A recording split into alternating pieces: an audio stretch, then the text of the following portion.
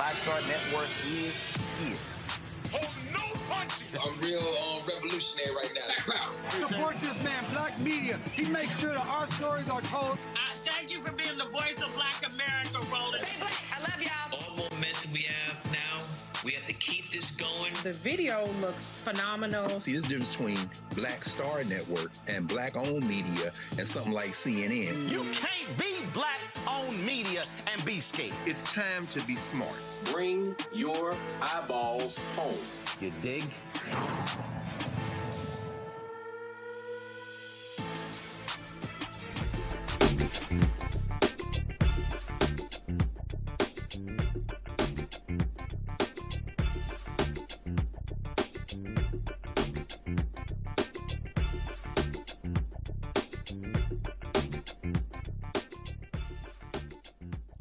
It's Thursday, April 30th, 2026. I'm Wesley Lowry. Roland will be joining us shortly. Here's what we've got coming up tonight on Roland Martin Unfiltered. Louisiana's congressional primaries, originally scheduled for May, have been postponed due to the Supreme Court ruling yesterday that undid a crucial component of the Voting Rights Act. We'll continue to break down what is one of the major stories in the ongoing attack on voting rights. Additionally, Roland will moderate a crucial and important panel in our ongoing coverage of domestic violence and the role of men in domestic violence and femicide. He's down in Shreveport, Louisiana, where that community is still grieving a brutal, horrific murder in which a father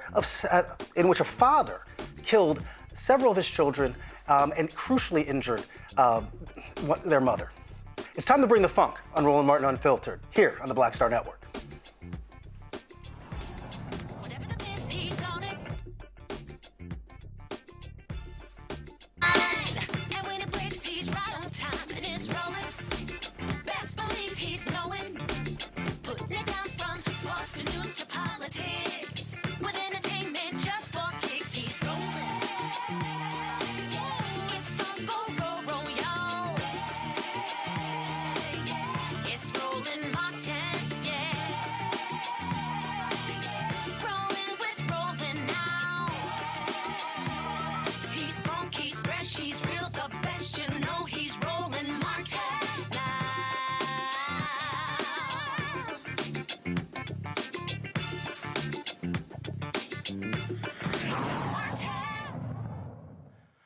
Louisiana's congressional primaries have been postponed from their originally scheduled date in May due to a Supreme Court ruling that invalidated a majority black congressional district.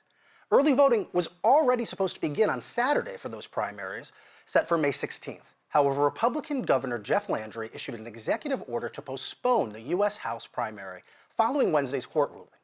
Joining me now are Davin Roseborough, Deputy Director of the ACLU's Voting Rights Project, Advocate Gary Chambers, and Ashley Shelton, President and CEO of the Power Coalition for Equity and Justice. I want to start by going over to Gary, who I know is on the ground in Louisiana. What is the mood and what is the response to this action from the Supreme Court and now this aggressive action from Governor Jeff Landry? We know Louisiana has been ground zero for ongoing fights over enfranchisement and disenfranchisement of black voters. We know that it has long been one of the key battlegrounds as it relates to equity and justice. And now we are seeing it becoming one of the key places where our right to vote is going to be litigated and is being litigated. Gary, what is your response to the last few days, your reaction, and what do the folks around the country need to know? Well, first they need to know that one of the fearless leaders of Louisiana, Ashley Shelton, and the Power Coalition led this charge to help create the second minority district here in Louisiana that gave us the ability to have that representation. Louisiana's not always had a second majority black congressional district. People are angry. They are upset. People are figuring out, what does this mean? We're getting orders from the Secretary of State, comments from the Attorney General, comments from the governor, comments from the Speaker of the House. There's a whole lot of conversation, not a lot of clarity. We don't know what map is going to be existing for the voters of Louisiana. We know that absentee ballots were already in the mail, which means that people have already cast ballots. Those votes are already in the bag. They're telling us those votes won't be counted. That's a level of confusion. People are going to vote on Saturday. There will be congressional candidates on their ballots. If you click that, will you be able to click it? We don't have any of those answers. I'm sure litigation is forthcoming, if not already filed in this matter. And so it's a ball of confusion created by the disaster of Republicans that continue to allow these racist tactics that have existed as long as Louisiana has existed to play out in our politics today. Now, let's rewind. And you mentioned that Ashley was intimately involved with this, and so maybe she wants to come in here. Can we talk about what exactly happened and break down exactly what happened here in Louisiana? That Louisiana is a state that's about a third black, has 6 congressional districts. And can we talk about the creation of this new congressional district that would have been majority black, and then the legal fight that has played out since then?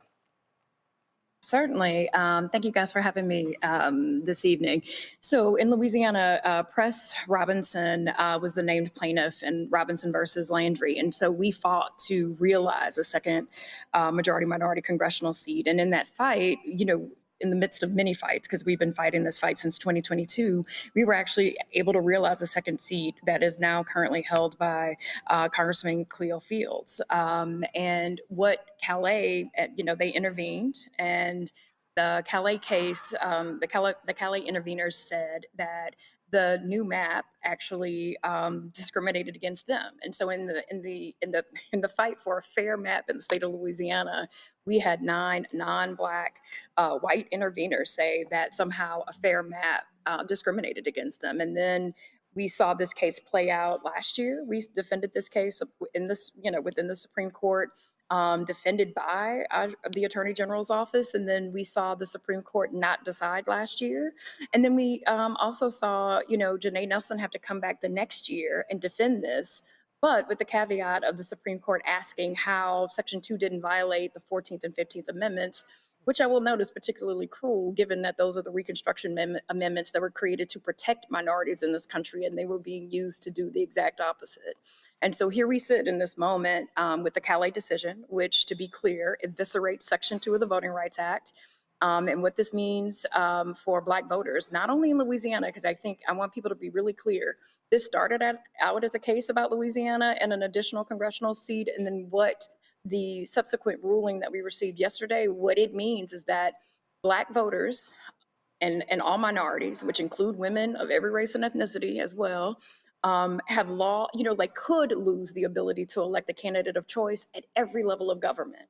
And I think that people need to understand what that means and the reality of the fights that we're going to certainly see in the South for sure, and the fights that we've already seen play out in places like Texas and other states that are trying to vie and jockey for power. And I think, the thing that's really unfortunate is that the Supreme Court didn't even have the they wouldn't even stand in their evisceration of the Second Amendment. They said that the remedies for race were no longer necessary, and that somehow we all lived in some post-racial, country that there's not any Black or other person of color that I've ever met that has experienced this America where we are afforded all of our rights without the oversight of the federal government. And so this is a huge decision, and it's going to have sweeping implications. If you have a seat in your community right now that is held by a person of color, more than likely that's an opportunity seat that was protected by Section 2 of the Voting Rights Act. And that protection, as of yesterday, no longer exists. So I want to just make sure to break it down. In Louisiana, again, it's a southern state, large Black population, about a third of the state's population is Black. 9 congressional seats. Historically, the vast majority of Black voters were crammed into 1 congressional seat. Due to advocacy, activism, work on the ground, a second congressional seat in the drawing of the districting was created, in which Black voters were significantly represented, where there are now 2 seats of the 9, representing a closer representation to the population of Black Louisianans. That was then challenged and taken to the Supreme Court. David, can you talk a little bit about what the court's argument was, what they were considering here, the distinction between whether this was a, quote, partisan gerrymander or whether this was a racial gerrymander, and this idea that this has now been flipped on its head, the argument that creating a congressional seat explicitly for the purpose of enfranchising historically disenfranchised Black voters, that they would now argue, as the majority of the court did, that in fact was somehow racially discriminatory. Yeah, and it's as outrageous as it sounds. This is really the end of the project of the Roberts Court to slowly, piece by piece, take apart the Voting Rights Act, which was key to actually providing Black voters in the South the opportunity to elect candidates of choice. It was litigation under the VRA. Very few, if any, states in the South gave that up willingly. It's been a fight over decades. I've spent a lot of time with our case in Louisiana, the Milligan case, and Alabama didn't have a Black congressional representative until the 1990s, since Reconstruction. So what this did is it turns a statute that really has been the cornerstone coming out of the civil rights movement of being able to start moving toward a multiracial democracy, to allow Black voters and other voters of color in other parts of the country to be represented to some degree, even if not enough.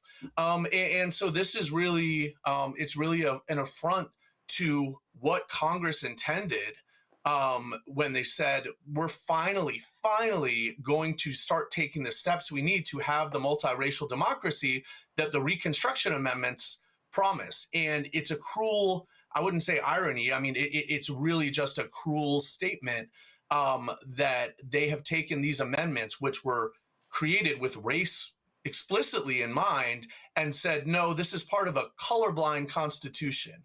And because of that, we can't really consider the ongoing effects of even past discrimination that's so recent, where there's so many people, so many of our clients that lived through segregated schools, for instance, well into the late 60s and 70s.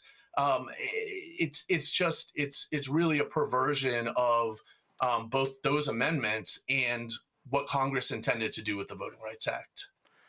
I was reading a piece by Adam Sewer in The Atlantic earlier today where he was breaking down and talking about this idea that key to the conservative justices argument was the suggestion that this was just a partisan gerrymander, that because Black voters are most likely to vote reliably democratically, right, that it would not be constitutional to say we are specifically drawing these districts to pack all of the Black voters into one district, but you are in fact able to say, well, we're just trying to pack all the Democratic voters, right? That it seemed to be this kind of bank shot where we pretend as if we do not know what we know about voter behavior and the reality of voting and what the impact would be here. That seems to be, in so many ways, the central tension point between so much of our battle publicly right now over issues of race and how we remedy historical injustice. So this question of, are we allowed to consider disparate impact? Are we allowed to understand the way, I mean, it's what Derek Bell would have called critical race theory, understand the way that race embeds itself into otherwise colorblind policy or law? Or are we forced to be quote unquote colorblind in which we pretend as if race does not exist and that the actions that we are taking are not going to have impact in those ways? The fear now, and we've seen this alarm from Black journalists, from Black activists, from Black lawyers, has been what state legislatures, state governments are now going to be empowered to do across the country if previously they had this restriction on some of their behavior that it's seeming now the handcuffs have come off. Can you talk a little bit about specifically what Louisiana has now done or begun doing, as well as what the fear is about what this could mean in districts across the South, whether it be Mississippi, whether it be Georgia, Louisiana, and other places where we know Black political power has been systemically, historically siphoned off and reduced, and in some ways those efforts been restrained by the Voting Rights Act, which has now been further weakened? Absolutely. I mean, this is a break glass moment. There's no question about it. As someone who is a litigator, I'm often maybe on the more careful side about how I state things. But there's no way around this.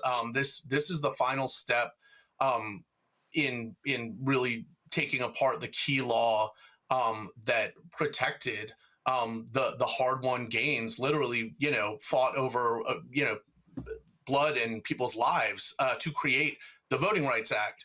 And the fact that it is being turned on its head in this way, and that partisanship can say, as long as you say the magic words that this is for partisan reason, it doesn't matter how much you're hurting Black voters. That's fine, since they happen to be Democrats in certain places, right? Which is part of the whole point of the Voting Rights Act, that when voting is polarized so much, that you need those protections because opportunities to participate are still not equal for Black voters. So yes, we are going to do everything we can to stand up and fight with all the tools we have necessary. And that certainly needs to go beyond litigation, advocacy, organizing, everybody.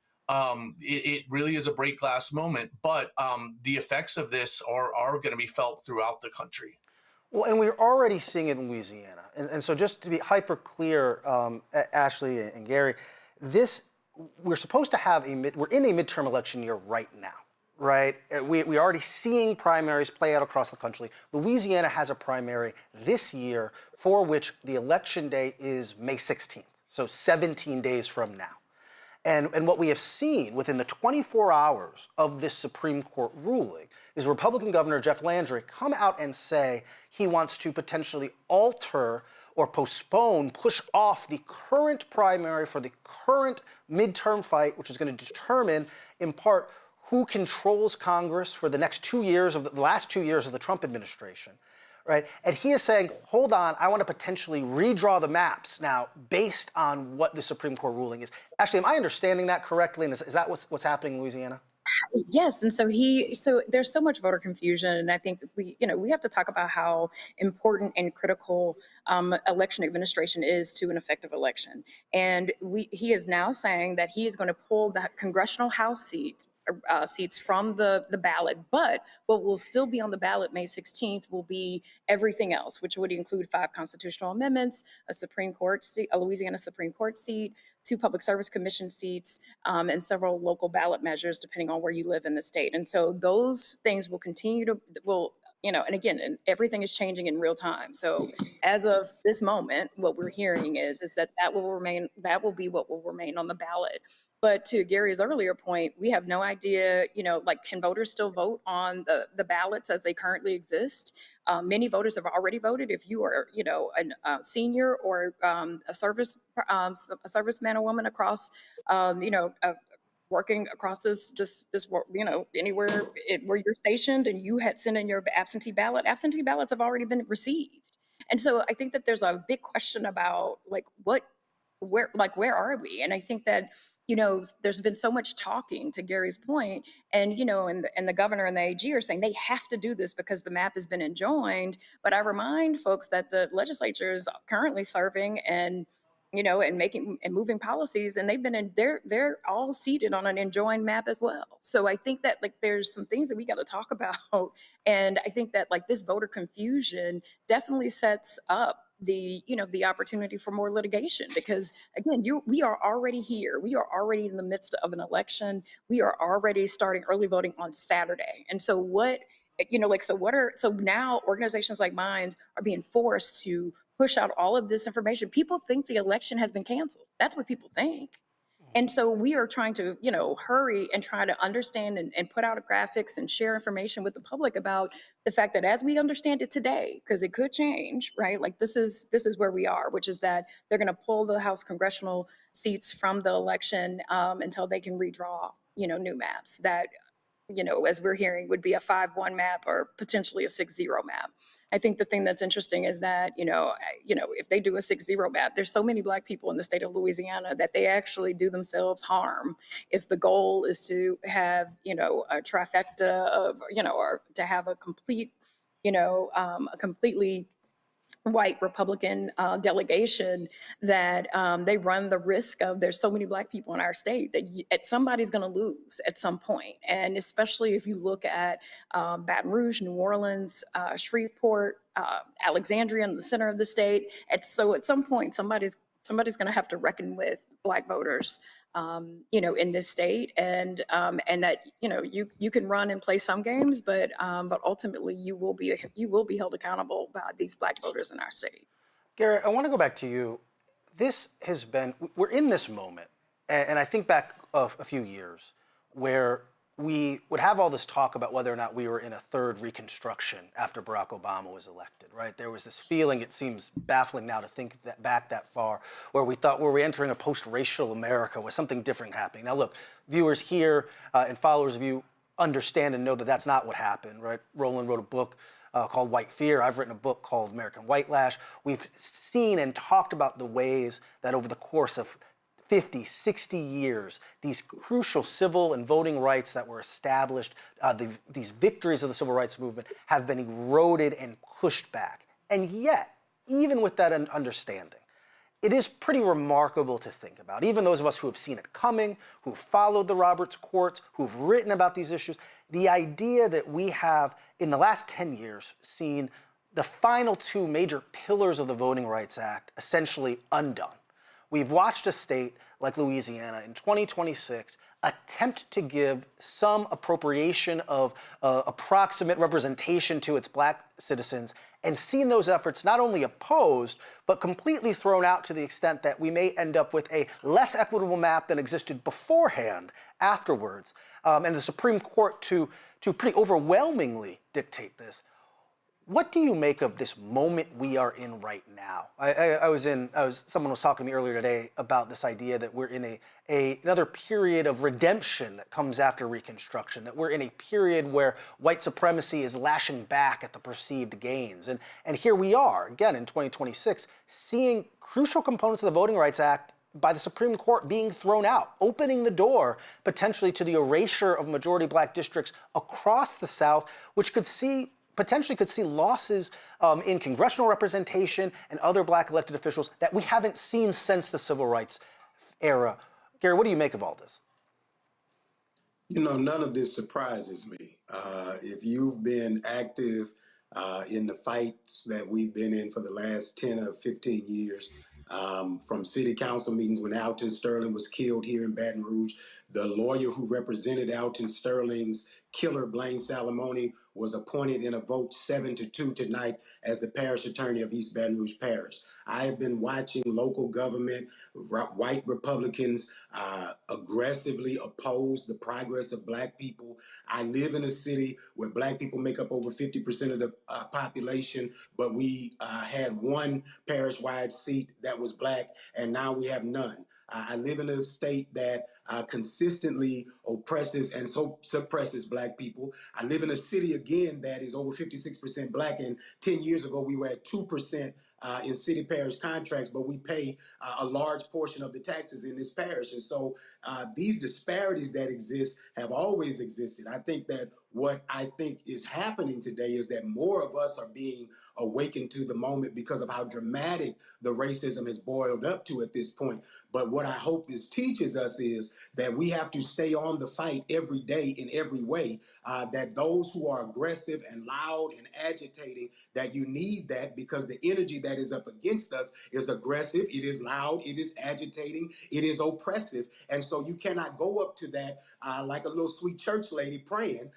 My Bible tells me that the violent suffered violence and the violent take it by force. And so if we are going to be oppressed and subjected to this, then this is the moment where we fight back. Jeff Landry has 5 constitutional amendments on the ballot. The whole country needs to be helping move voters in Louisiana to kill his 5 constitutional amendments. This is not a time to lick our chops and say, oh, woe is me, how did we get here? This is a time to say this shit will not stand. We are going to do everything in our power to secure future seats and to hold on to the power that we have. There are DA races in Louisiana. The Caddo Parish District Attorney is up for re-election. There's a black man running for District Attorney in East Baton Rouge Parish. There are people that need the vote of the black electorate in this state, and we need to mobilize them this year so that Jeff Landry understands that the people see you and we coming for you. I think we've got Roland now with us. He's down on the ground in Louisiana, making his way to Shreveport for tonight's event, continuing our coverage of black men, mental health, domestic violence. But Roland, you went long on this on the show last night. This has been a key portion of our coverage.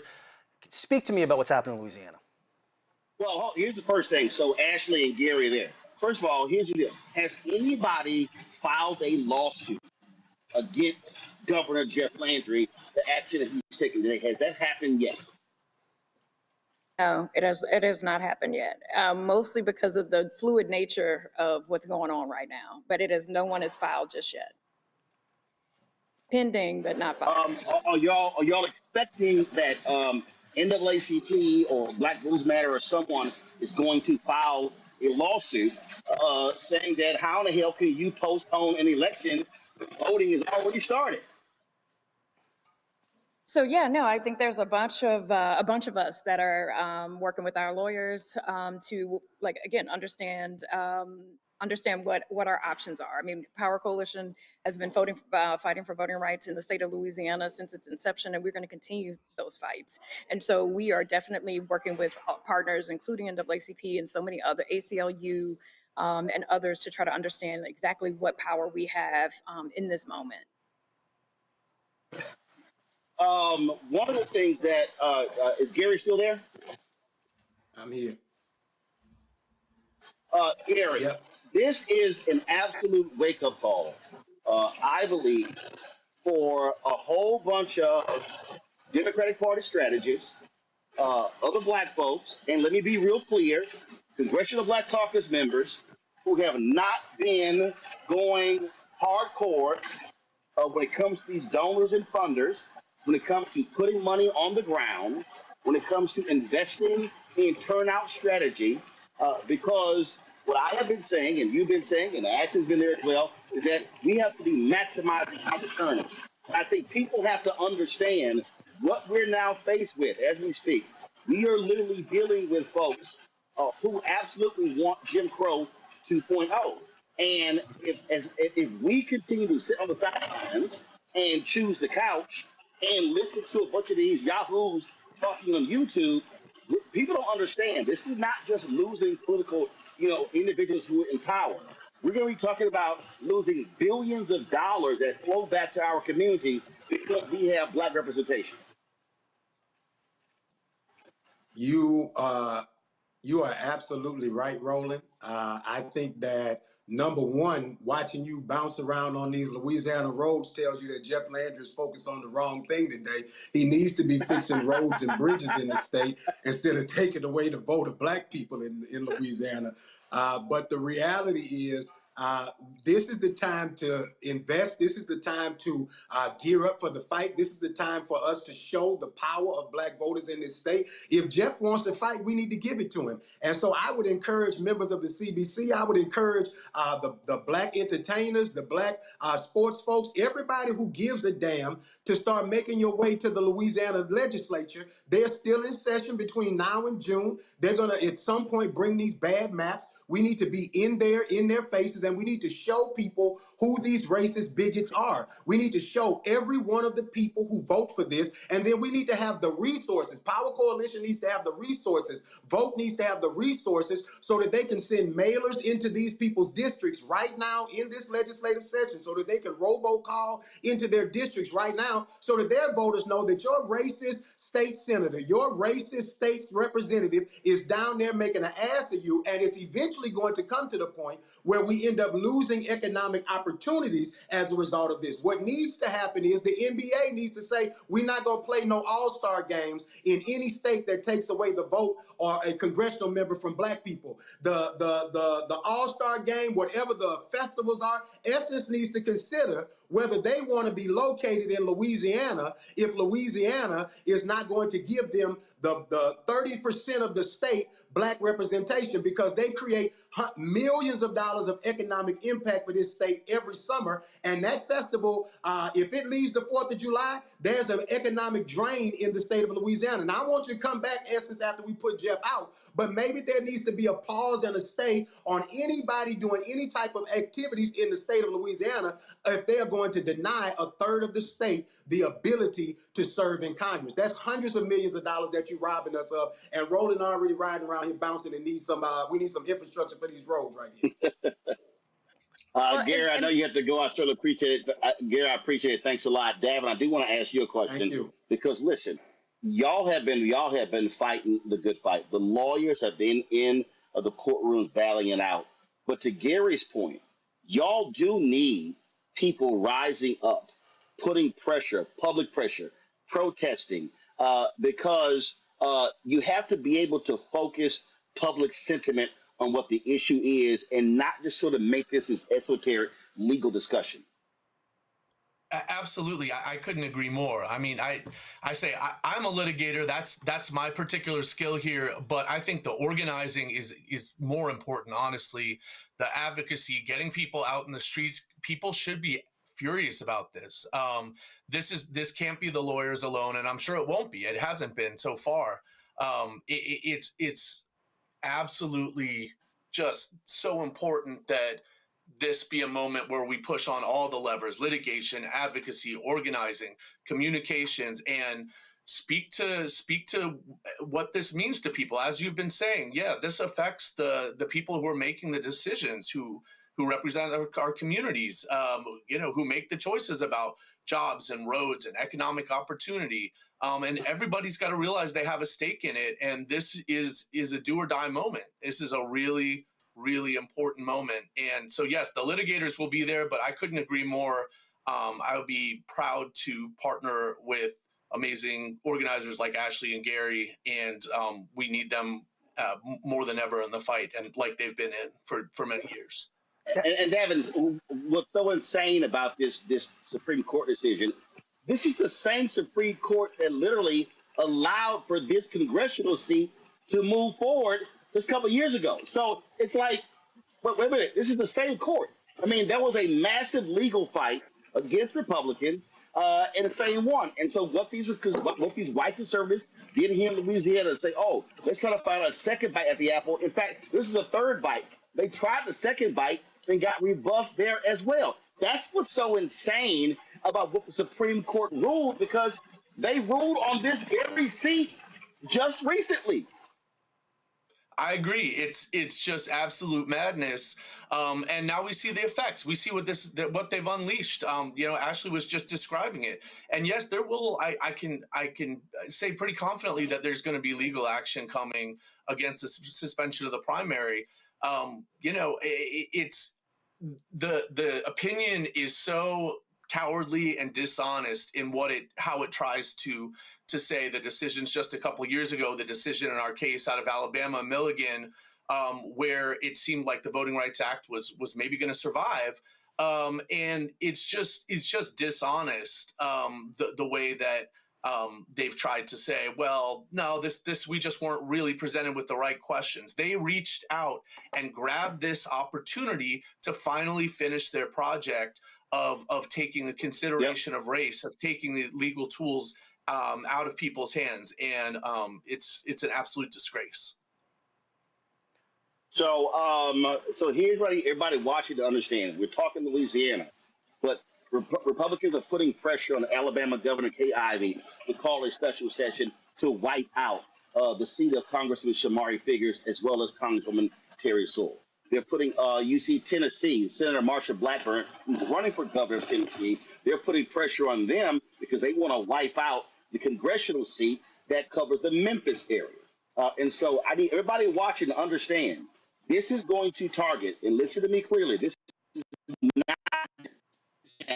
is Louisiana, Texas, Mississippi, Alabama, Florida, Arkansas, North Carolina, South Carolina, Tennessee. The old Confederacy is back. This is about crushing Black power. And people have to understand, it is the only reason you have the largest delegation of African Americans in Congress today is because of the 1965 Voting Rights Act.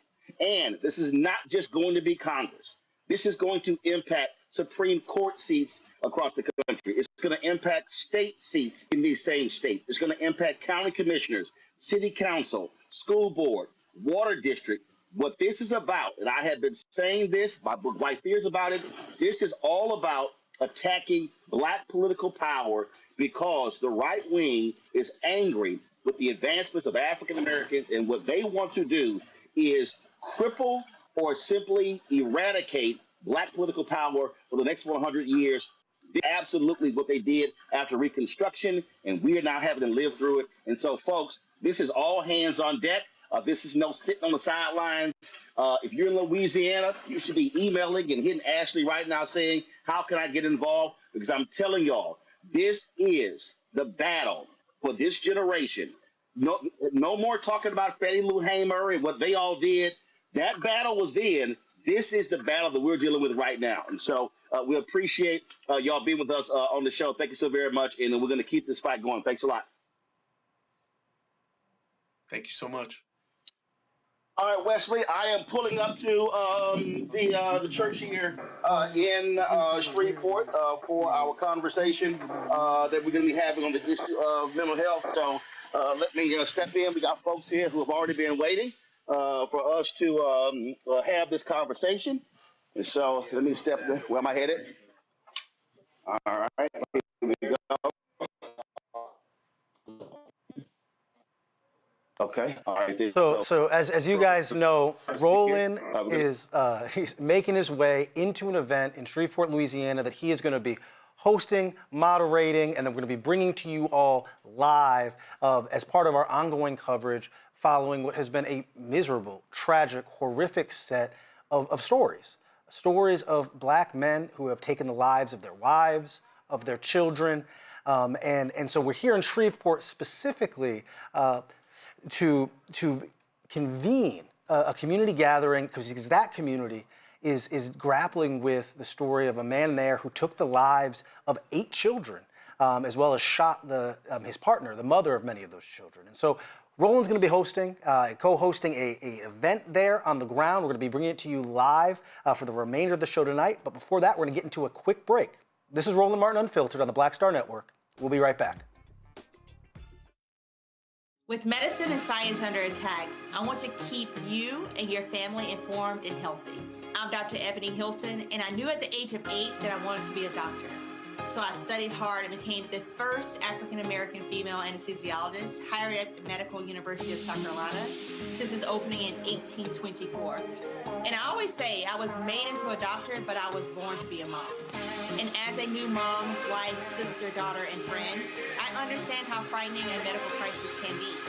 I care for individuals on some of the worst days of their lives, and it's my mission to provide you with a safe space to gain clarity on issues affecting your mind, body, and soul. I recognize that there are health disparities, particularly as it pertains to race, and I want to help bridge the gap between you and your healthcare providers. Join me every Thursday for Second Opinion on the Black Star Network, where each week I'll invite experts from various medical fields to share the latest health news. We'll discuss topics such as the vaccine debate, mental and sexual health, medical bias, infertility, menopause, andropause, nutrition, and aging. Together with my medical colleagues, we aim to provide you with a second opinion. Don't miss it, Thursdays only on the Black Star Network. I'm Brittany Noble, Midwest-born, HBCU educated with experience in newsrooms across the country. Well, I've teamed up with Roland Martin to bring to you The Breakdown. This isn't just news. It's our stories, our voice, our community. Join me for The Breakdown, Monday through Friday at midday, only on the Black Star Network. What's good, y'all? This is Doug E. Fresh, and you're watching my brother Roland Martin Unfiltered as we go a little something like this. Hit it. It's real.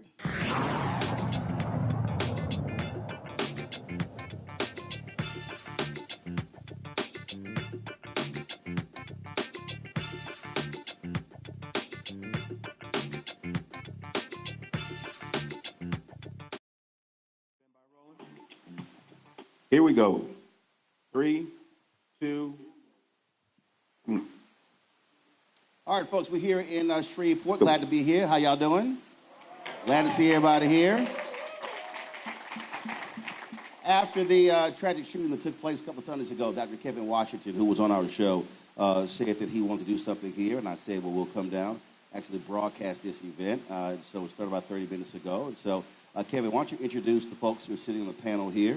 We're on the air, we're live. Let's go. All right, I want to introduce you all to Shreveport, Roland Martin. Give it up for Brother Roland for agreeing to come to the port city. That's a powerful piece. We have the DA, District Attorney Stewart, is here with us. Give it up for DA Stewart. We have Principal of Woodlawn High School, Brother Grady, G.O. Q-Sci-Fi. We have the Shreveport representative, the student coordinator. We have Brother Marvin Muhammad of the Nation of Islam. And we have Derek Henderson, So give it up for Derek Henderson. Oh, wait a minute. We got the chief of the polices in Shreveport. The chief, give it for Dwayne. So that's where we are. We have many other people in this space that have done great and wonderful things. We have educators. We have people who have transformed many of us in this room. With Dr. Hicks, former president of Grambling State University. There's several people in this space, brother. But we want to give it up. Thank you, Roland, for being here. And we're talking then about black men and mental health. This has been, and Kevin, you can stay up. This has been a very, very difficult 3 weeks. And obviously, it's been difficult for this city. No one wants to go national with a story like this. And so just a sense from you, what have been the conversations? What have folks been saying as a result of this absolutely tragic, heinous shooting? 8 kids left dead, 2 women shot. Police, this man who committed the crime, he's dead. What have folks been talking about?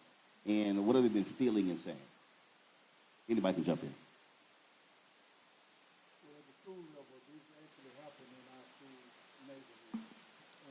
Is that mic on? This happened in our neighborhood of our school and at Woodlawn. And even though none of the kids had made it to Woodlawn yet, I have several students who were related to the victims. And so we've had to give them excuses out of school. We've had to understand, give them work excuses. They don't have to come. And understand where they are emotionally with the tragedy. So it has been real quiet around the school. It has been real eerie, for lack of a better term, not like it has been before. What I was talking about earlier, how we were normalizing things as normal, I think the kids understand this is way not normal. This is not normal at all. So I think this is really taking some of my kids back, and hopefully they understand the magnitude of what had happened. This took place on a Sunday. Did you have folk available for students or your parents on Monday? We did. We reached out to like I said, we have family members that are there. So some of the stakeholders in the school did reach out, and some of the students did go to the schools, elementary schools. So I know for sure they had counselors available with those schools. So we've had people who have been. So we've had people who have expressed that they are overwhelmed, outraged, but they also are encouraged by conversations like that we're having today, centered around black men as it relates to mental health.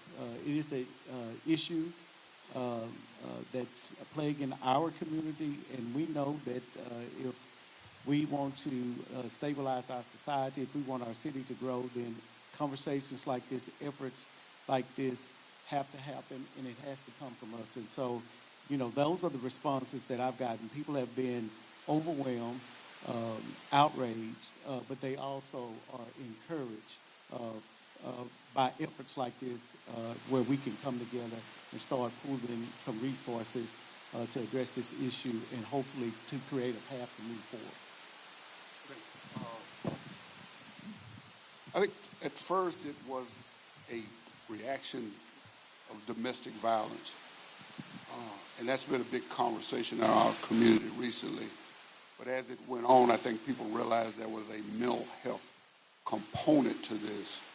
And people trying to wrap, if you're a parent, trying to wrap around what mentally happened to a person that was literally sitting on the steps watching his kids play one day, and then the next day he takes all their lives. And so that mental health component, and so that's why we're here, because as you know, mental health is an art, not a science.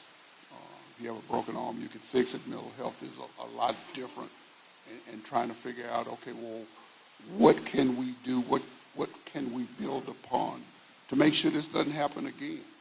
can't change what has happened, but how, as a community, can we come together?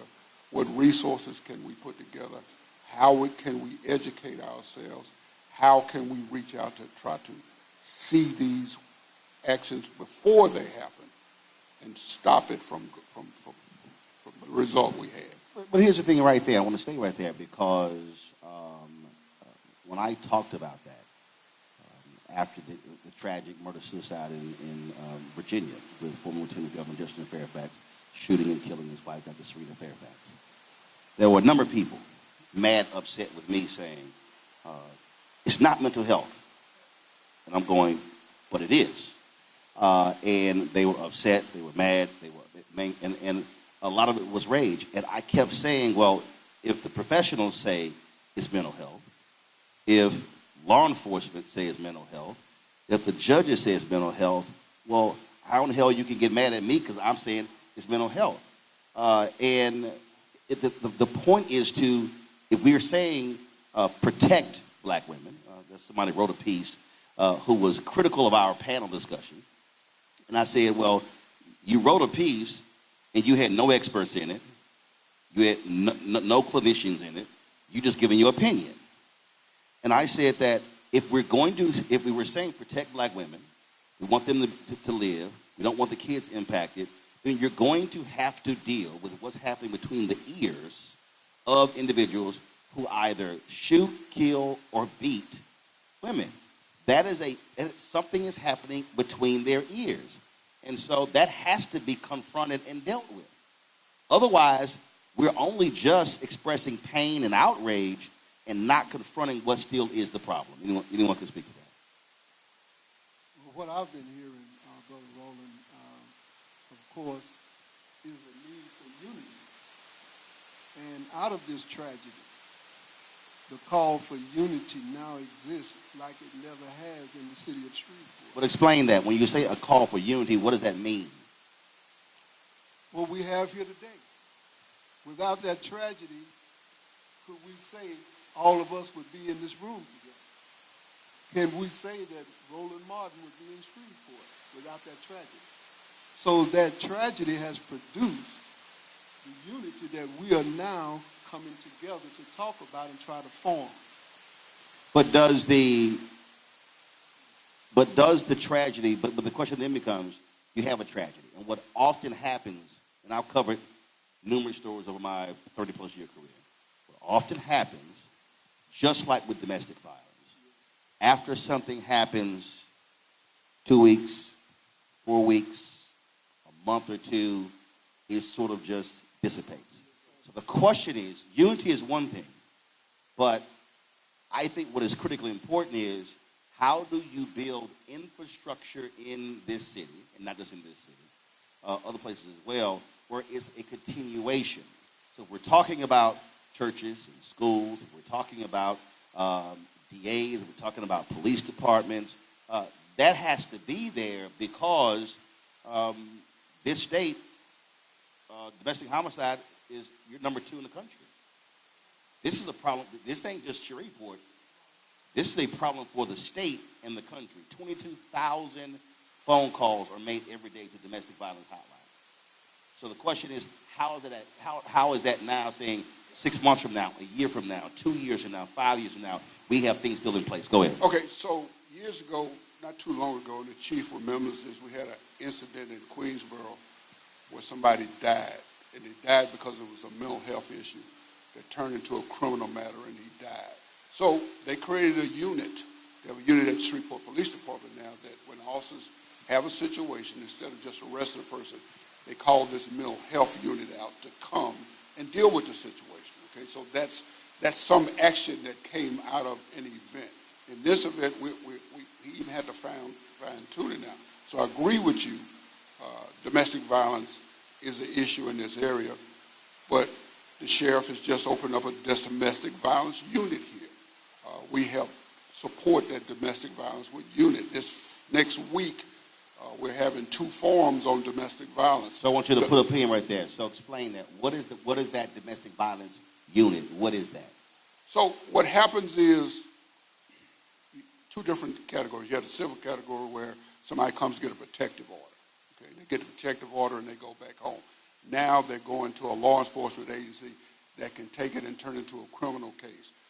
You have an attorney on staff, okay, and you have a domestic violence person there to help them with resources at that time.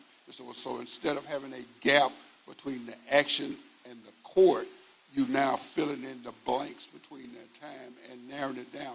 You're creating ways for people who are having issues to reach out and get help. And it's growing on a weekly basis here. So now the public is realizing this is something we have to deal with. We got homicides down, okay? We have other violent crimes down, but this is something that we need to put more actions. You have citizens coming forward, offering money, offering support. You have professionals now coming forward, offering and volunteering. So the more we get the public involved in it, we may not get it down to zero, but the number should come down. So when a person is going through the court system, and that's already happened, Chief, your office is on the front line because if something happens, they get a phone call. They're now arriving on the scene. And Capital B did a story, and I was reading it on the way over about a woman who called, and she called multiple times. The police came out multiple times. What is your process? People who don't understand, if someone calls 911, it's a domestic violence situation. What's your protocol in that case? It is a high priority call. Officer will immediately be dispatched, go to the scene, evaluate things, first determine whether anyone has been injured or not and seek the appropriate medical help. Then evaluate the circumstance from there on. And if an arrest needs to be made, if there are signs of violence, then I think it's our protocol to do whatever is necessary to make sure that doesn't continue. And I'm glad that finally we are all coming together because we realize there are many resources out there to help people that people don't know about. And if we can get that to the forefront, I think it helps. But even more importantly than that, and using our mass incident that occurred a few weeks ago as an example, when you talked about mental health, certainly there is a growing need for that in our community. The morning of when this happened, when I arrived on the scene and began to work the crowd, it would just amaze me how many people that I talked to that knew the one who committed this horrible thing, that talked about his mental condition way before that. But what I didn't hear was any action that had taken place prior to then to bring that to someone's attention to get the appropriate help this man needed before he had a total neurological chemical breakdown that caused him to go in the direction that he did. And to go along with that, what I was hearing from the community was many incidents of domestic-related incidents that was a sure sign of things progressing along. I ain't going to say to the point that it got to, but that it was getting worse instead of better. These are things that law enforcement and the community, we that are public servants, don't know about, but there are family members and others that know about it, but don't take actions prior to it getting to the catastrophe that it did. We're so proud. We recognized some time ago that every incident is not necessarily an incident that deserves an arrest. That won't fix the problem. So we partnered and now is able to, when officers go out on the scene and, violence hadn't occurred at that point, and we determined that someone probably had or is having some kind of neurological issue, that we can summon professionals to come to that scene right then and find some other way to try to resolve it other than putting someone in jail. Chief Smith, I appreciate that. Thanks a lot. Kevin, if you could speak to that point.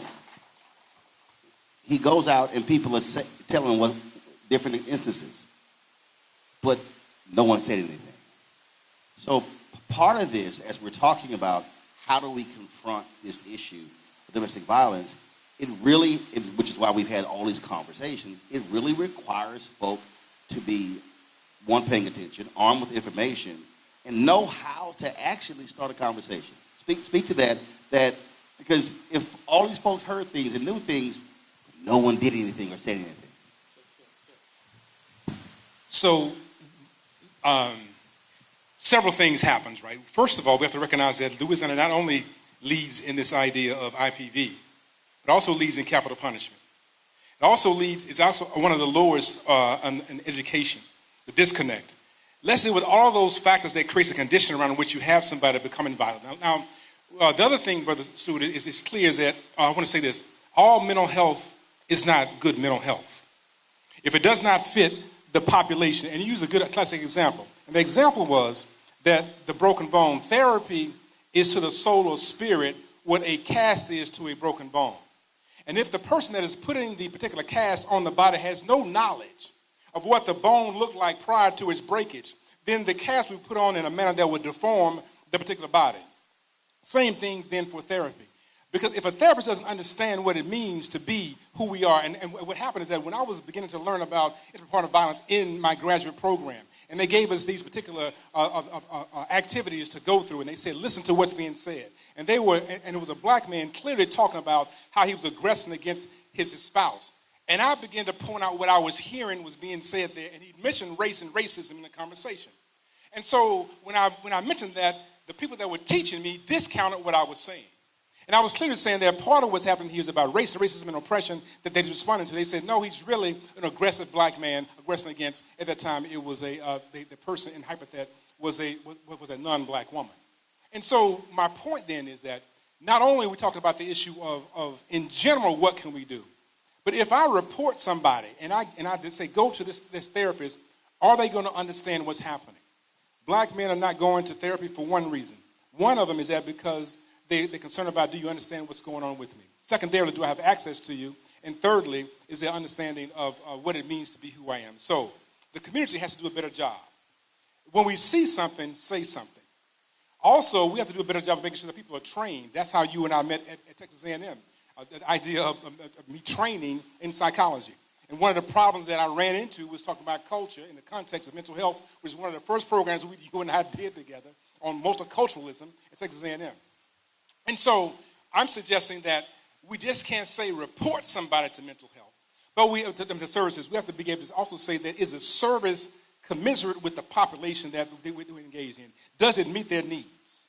And I'm very clear that, again, all therapy ain't, abundantly correct, good therapy. If you don't understand what's happening with me, so we have to do a better job of training individuals, Brother Stewart, Brother Smith, in this space of how to deliver culturally competent services. Secondly, we have to be able to understand what does it mean to have these patterns of behavior that exist. And some things we accept as normal, which is your question, is not normal. If somebody's beginning to walk off the ledge, well, how can we begin to talk them back off the ledge in a manner that's consistent with who they are? Thirdly, we have to recognize that there's a lot of self-medication going on. And we're self-medicating together. Don't understand that self-medication is problematic. If you are mixing a particular drug that's designed to help you with stress or ADHD, and you combine that with marijuana, you are now rewiring the brain in a manner that is making you go into a volatile position, and you already were fragile. Let me be clear. I grew up with my man saying, don't push me, because I'm close to the edge, right? That's clear. And then another brother comes along years later saying, y'all gonna make me lose my mind up in here. What are they saying? That there's something that's disrupting my spirit, my psyche. And I need somebody to come in and intervene. And we have to be clear. We just can't say, go to services. The question is, are we critiquing the services that they're getting that is consistent with their needs, their desires, and their particular aspirations? We also can't tell somebody. See, this is, go ahead. See, one of the reasons why I've been, again, folk have been upset, mad, upset, I don't care, because I'm understanding what the problem is. It's easy to put on Instagram or Threads, go seek help. That's it. Well, one, if I don't know where to go, I can't seek help. Two, if I don't have health insurance, I don't even understand. So that's why it drives me crazy when people just say that. And again, that's easy to say. But the issue is, how do you actually do it? And when we talk about, there was some others who said that, well, you're dismissing this as mental illness. First of all, I never even used that phrase. And I think part of this conversation that we have to understand is that, so let's just say where I'm standing, this is the mental illness end of the conversation. So this is schizophrenia, suicide ideation, this is bipolar, all that sort of stuff. Your end, Kevin, your end is anxiety, stress, and all of that. Well, in order, you got to go, that end, I call that the mental health end. This is the mental illness end. But it's all on the mental health spectrum. And so people are going, you're making excuses. No, you have to acknowledge that if there's an individual who has an anger problem, why does he have an anger problem?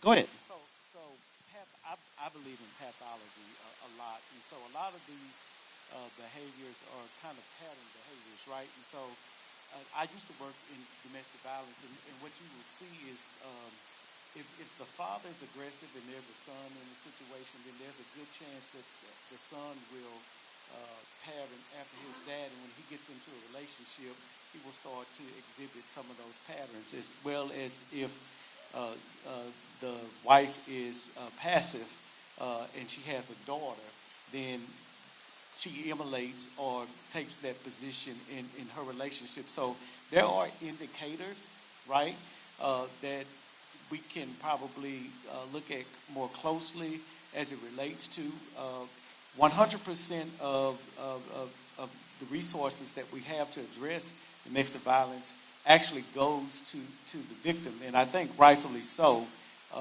But when I worked in domestic violence in this area, you know, the perpetrators look like me, right? And right, and see that has always been, and I've said this, you know, when I was seeing and when Chris Brown attacked Rihanna, I was filling in for Campbell Brown, and every conversation, there were women on the air that were talking about protect the woman, get her to safety, know how to leave, and I agree with all of that.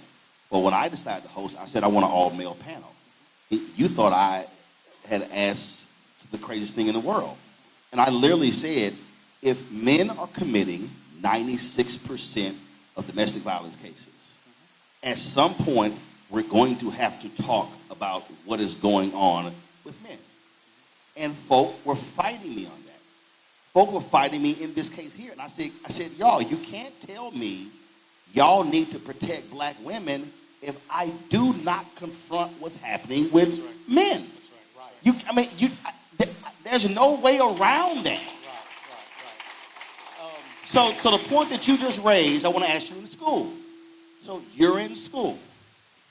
How are you, as you're looking at students, how do you look at when you see a second or third grader who has anger outbursts on the playground or in the classroom? How do you handle that? Because you can track that behavior in second and third grade, to 5th, 6th, 9th, 10th, and it ends up being what you're talking about, what happens when they graduate from high school and now when they're in a relationship, because we are seeing higher incidents of domestic violence among girls, elementary school through high school. That's a fact. So I did used to work in elementary school, and that is true. You can track those behaviors. Now in the high school, even today, we all, a majority of us in here were raised, don't hit women, right? That's what you raised from knee high all the way up. It's amazing to me now to see young men, what they call square up, put up their set against a girl.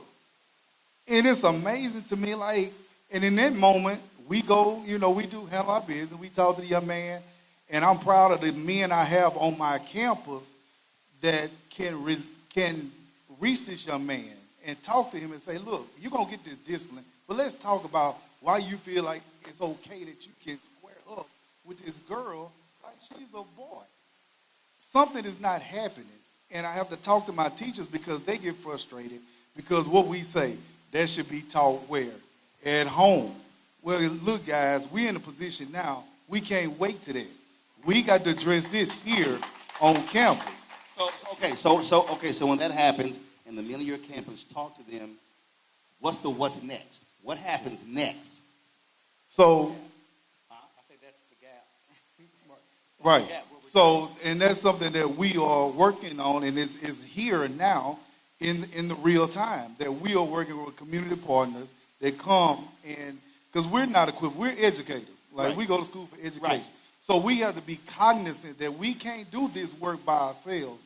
We have to reach out to a community partner, wraparound services. We can bring professionals.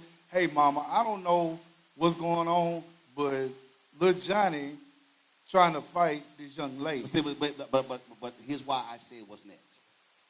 Because this is where I need our people to understand where voting and politics connects with funding and resources, because school boards need to allocate the resources in the schools for you to deal with that. So when people tell me, you always talking about voting, I'm like, yes, because that is a distribution method of resources. And so I want people to understand, police chief, somebody calls, that's public. That's public dollars. The officers. If somebody files, the DA, that's public. If they go to jail or you pick a diversion program, that's public. If they go to the state prison, that's still public. So what I'm saying to our people, what we need from you is to say, this is what I need in my school. Y'all then have to roll up on the school board and say, principal needs this. Y'all should be allocating resources to deal with mental health, elementary school, junior high, high school. And so that's how, to me, how all this is connected. And so community is one thing, but we can't leave out all of these different pieces. And I think a lot of times we try to have this conversation, well what can the church do? No, church has a role. Community groups have a role. That's right. Black male groups have a role. Right. Everybody has a role, but we can't leave out also where the resources are.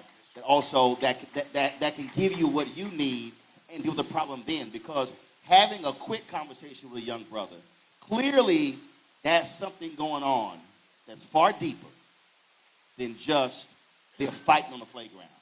Wow. And I think that's part of our problem, is that we're having short, finite, quick, in the moment discussions to deal with far deeper problems that manifest themselves later on. That's right. So we enjoy actually dealing with the symptoms due to the thing.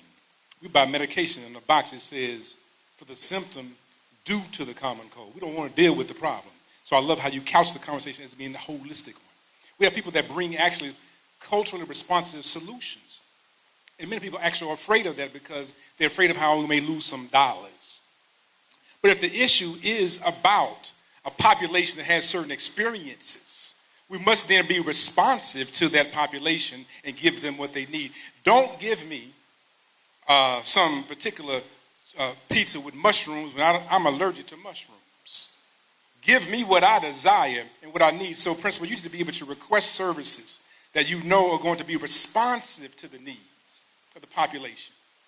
We've been researching this all over the country, and it's amazing how we can do this everywhere, but it's hard to do some of those things at home, responsive to the population. The second thing I want to mention here, as we go into what you, Brother Derek, is Understand that males and females typically deal with problems differently.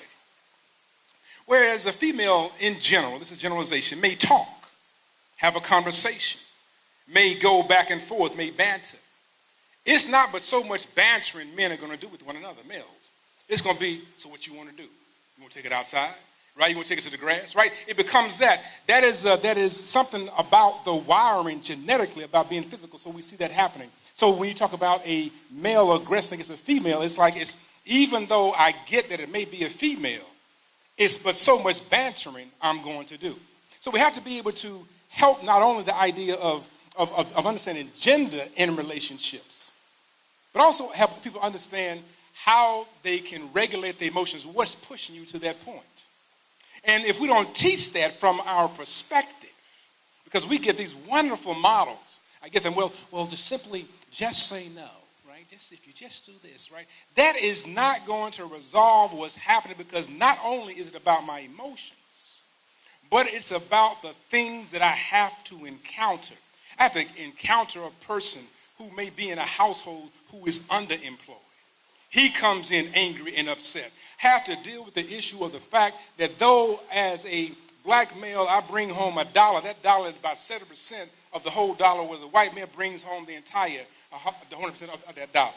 I got to deal with the dynamics around the issue of I can't get a FICO score to move in any direction positive, right? I have to deal with all these things are compounded. And so when you have a child coming out of that frustration and they come into your space, everybody is game. So we have to be clear then about this process of how do we help one to regulate. It is to be clear about the terrain. And what was mentioned earlier on by Brother Roland was what was powerful about the issue of racial socialization.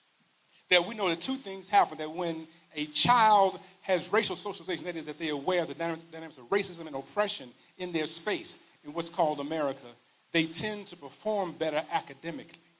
Somehow we want to move away from the race conversation. No, that's clear. Secondly, we got to deal with the issue of how it impacts how individuals perform on jobs, because they're very clear about how they navigate in certain spaces.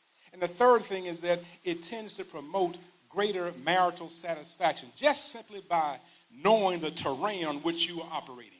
Our services must have infused within them this knowledge of what it means to be and to become human from a perspective that respects our experience, our condition, and our aspirations.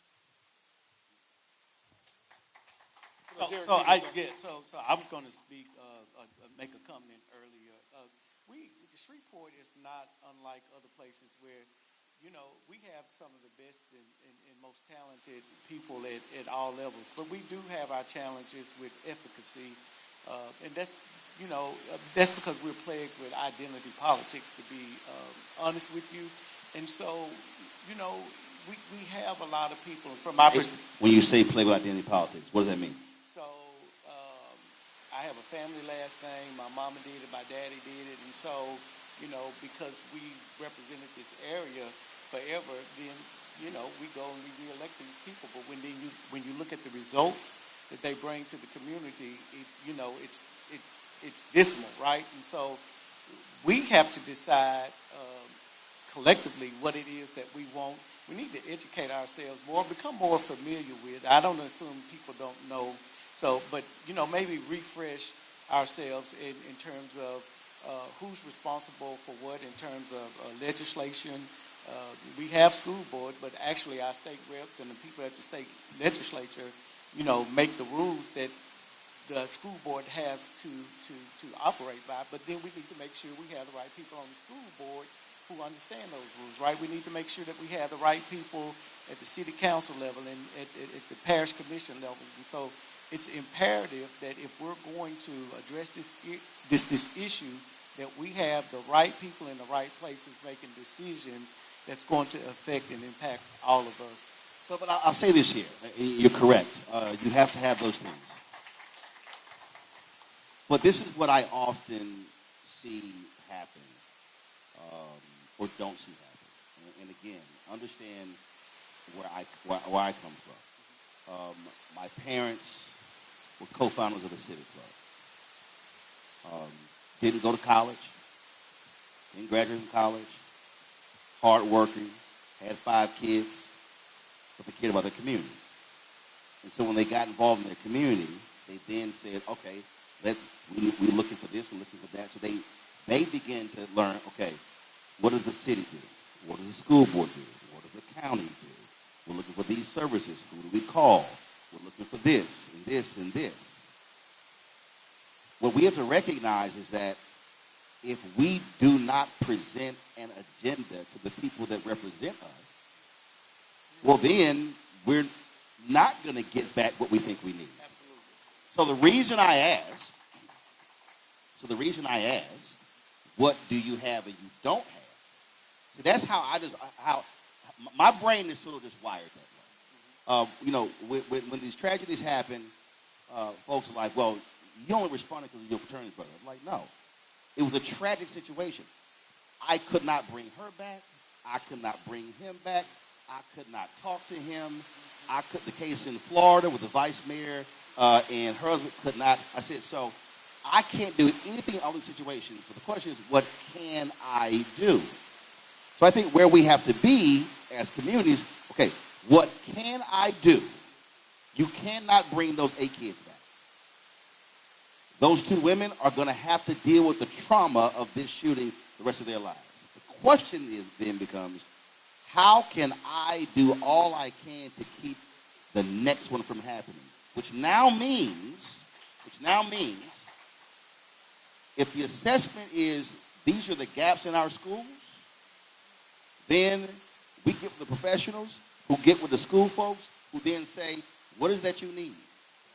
And the community then comes back to the school board and say, we need an allocation of $12 million, $15 million, $20 million to hire 30, 60, 50 people, whatever the number is.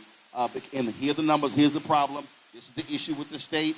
Number 2 in domestic homicides, laying the whole thing out. So if you don't confront this on the front end, you're going to always confront on the back end. Now, when that happens, it's now community's job to put pressure on the electeds to do their job, and then if they then don't follow through, you then say, well, then we're going to take y'all out at the next election. It's not enough to go to the school board and yell, y'all got to fix this. That's right. There has to be a community-driven plan of action to the school board, to the city council, to the state reps, state senators, and the governor. And so I don't care if he's MAGA, you're still constituents. So a community-driven plan has to also be a part of this. Yes. Also, we must be inclusive of programs that we know work. You know, the Honorable Minister Louis Farrakhan teaches us, he said that a child does what is natural until it learns what is normal. What is normal in society? So once we learn what is normal, then the child conducts itself to the norms of the society. He also teaches us, he said that the black man is righteous by nature, but he's been made other than righteous by circumstance. He said that if you change the circumstance, the black man will return to his nature, which is uprightness. So we saw the paradigm shift in full effect when the Honorable Minister Louis Farrakhan called for a 1 million-man march. And nearly 2 million of us showed up on that mall. Many of them were gang members, enemies of each other, that swore on that day to put down the guns, to not take another life, to not make another black mother cry. So we've seen the transformation. So we want to just include the Nation of Islam in the conversation of transforming our communities. Take the best of everything that we've discussed today, but don't leave out a big part of what you see working. We're in a process of evolving our people from one stage of development to another. We're going to hold tight 1 second. I'm going to take a break. There's a hissing in the microphone, so we can get that fixed. So let's go to a break. We'll be right back. Roland Martin Unfiltered on the Black Star Network, live here from Shreveport. We'll be back in a moment.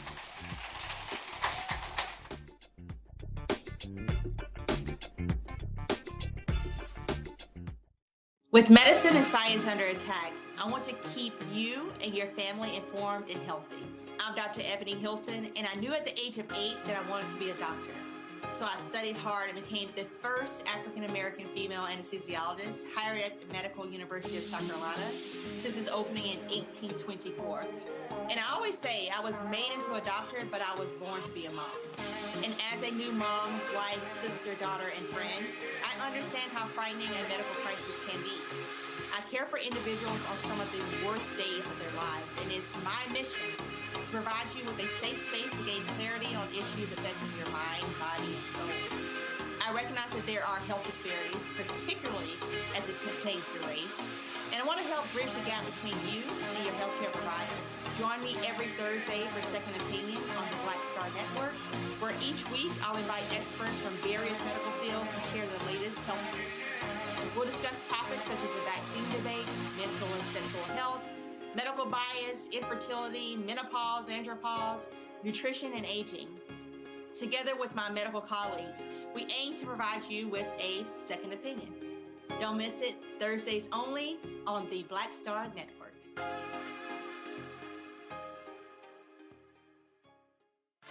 A decade of love, joy, and power. Black Voters Matter is 10 years old, and we are just getting started. This is love with a purpose. This is Black joy in motion. This is unstoppable power. Across campuses, neighborhoods, and back roads. Let's go! We show up, not just to vote, but to be seen, to be heard, to belong. We ride together, we organize together.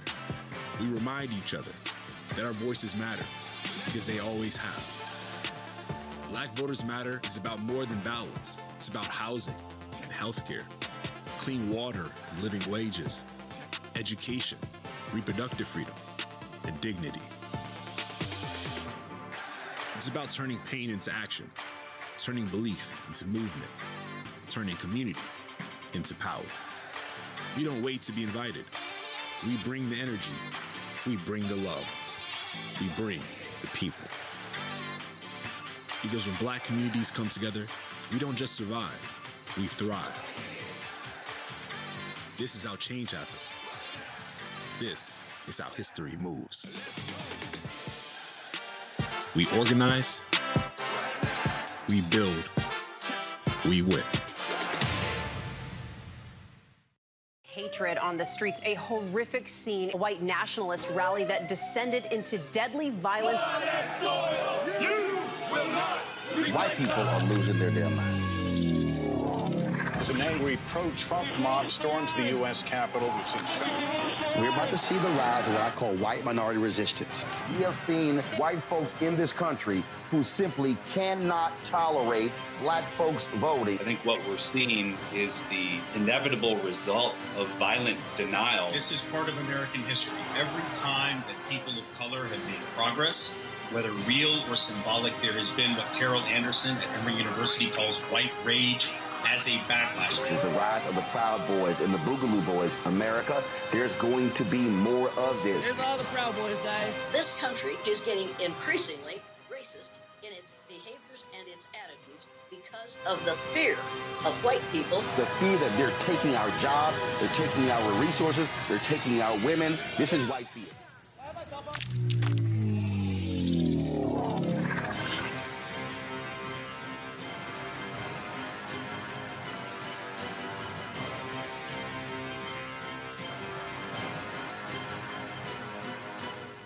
I'm Brittany Noble, Midwest-born, HBCU educated with experience in newsrooms across the country. Well, I've teamed up with Roland Martin to bring to you The Breakdown. This isn't just news. It's our stories, our voice, our community.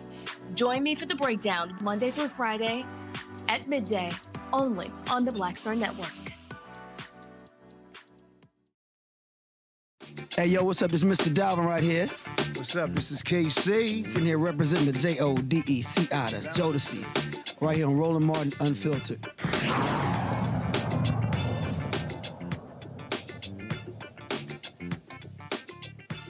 Program.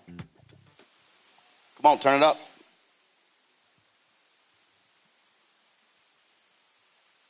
All right, folks, we're back here in Shreveport. Glad to be here. Go ahead. And the panelists, Dads on Duty. Tell folks your name and what do y'all do? Craig Lee, co-founder of Dads on Duty.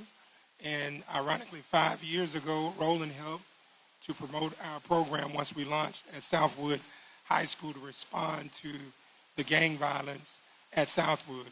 And we're happy to promote the news that 5 years later, that is not an issue. We've had 3 good principals since 2021.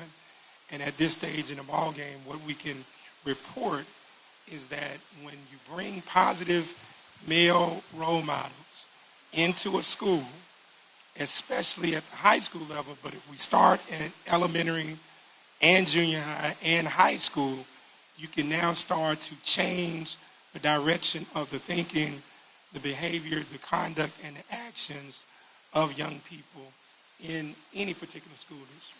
So how do you see, regarding this issue of domestic violence, the role that y'all can play in reaching these young brothers in the early stage?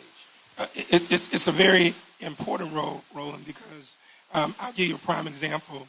There was a program, and Woodlawn has this program as well, called JAG, Jobs for America's Graduates. They actually have the best program in the city along with Huntington. But in that program, it allows individuals like myself, our chairperson, Mike Morgan, who is a very effective city worker, to come into the school, engage young people in real conversations about life. Because a lot of times the children don't get these conversations from individuals who are not outside of their household. So when you can engage them in real dialogue and they begin to trust you, they now begin to confide in you a variety of different things about relationships. We were able to stop 3 murders back in 2021 based on the fact that we had connected with these children, and so we gathered intel. And when we gather the intel, then we can report that back to the principal. The principal then reports that information to law enforcement, and now you have that active engagement. Look, you look around this room. Everyone is older. And if we're talking about how do we have an impact on, let's say, 5 to 25, the question then, who are the folks who you're also engaging with in this city where you have peer-to-peer discussions, peer-to-peer conversations? How do you envision reaching and teaching and training these young brothers to deal with their fellow young brothers when it comes to violence, domestic violence, being able to control emotions? And is there any group who's doing a great job of that in the city right now that can be replicated? Well, I think if you look at the fraternities and some of the mentoring programs that we have, such as the Kappa League and the Lamplighters and the Alpha Esquires, I think that's where it started. I happen to be president of my chapter when we reinstituted the Kappa League in the city. Oh, yeah, that's cute little youth group. Yeah. But one of the things that we wanted to do, is we wanted to make sure that we had a good mixture of young men who we were working with. There definitely was some young men who came from situations where they had to support. Maybe their family had the financial background, but then there were some young men who didn't, and we wanted to make sure that we had a good mix. And then we wanted to make sure that our program met the needs of what they were doing. At the time, the Top Ladies of Distinction they had the botillion for the boys, and the women would always come to me and say, Mr. Henderson, that's good, but we really want some men to pour in to our boys, and what kind of programs are there to support our boys and where it can come from there, because the mothers are doing it by themselves, right? And so we thought it was prudent that we do that. So I think that that's a place to start. I think, foreign partnerships. One thing I say to churches is that, you don't have to invent the wheel. There are nonprofits, there are organizations out there. The Boy Scouts of America is a great program for young men. And if you have that at your church, it's structured. You can measure it. It's rewarding. There's training involved. And so you don't have to invent the wheel, but you just need to know where the resources are and then form partnerships with the people that are subject matter experts and to help you in that resolve. But I'm going to go ahead and say this, and I got no problem with saying it, but let's just be real. The programs that you're talking about, I've spoken to the others around the country. Those are speaking to a certain group of young brothers. And the reality is there are so many other young brothers who are not being reached, not being talked to. And I get cotillions, botillions, I get all of that. But what I'm talking about, we have to create real engagement directly in those neighborhoods with folk who may not show up in ties and jackets. And so what I'm curious is that happening? And if it is, hold on one second, hold on, because it might, you just may not know. Is it happening? And if it is, how do we now expand that? So Roland, it is happening, and primarily it happens in the youth sports leagues.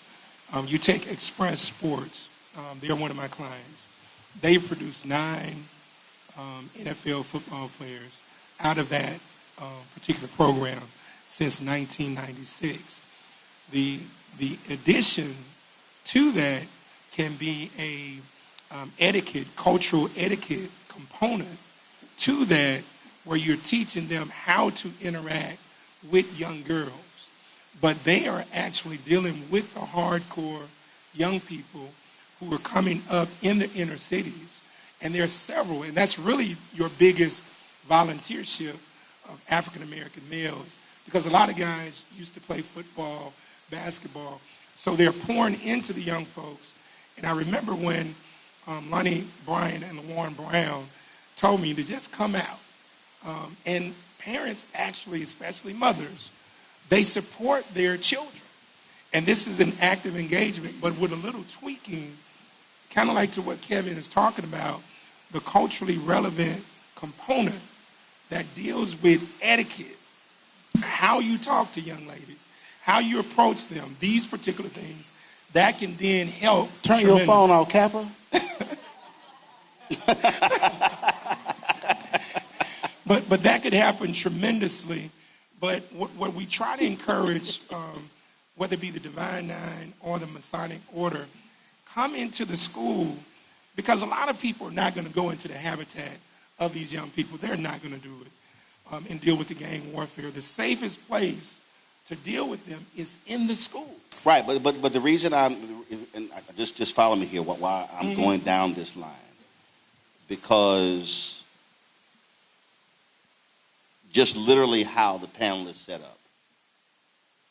If we're talking about domestic violence, and we're talking about violence, what we're trying to do is we're trying to keep them from coming to him. Exactly.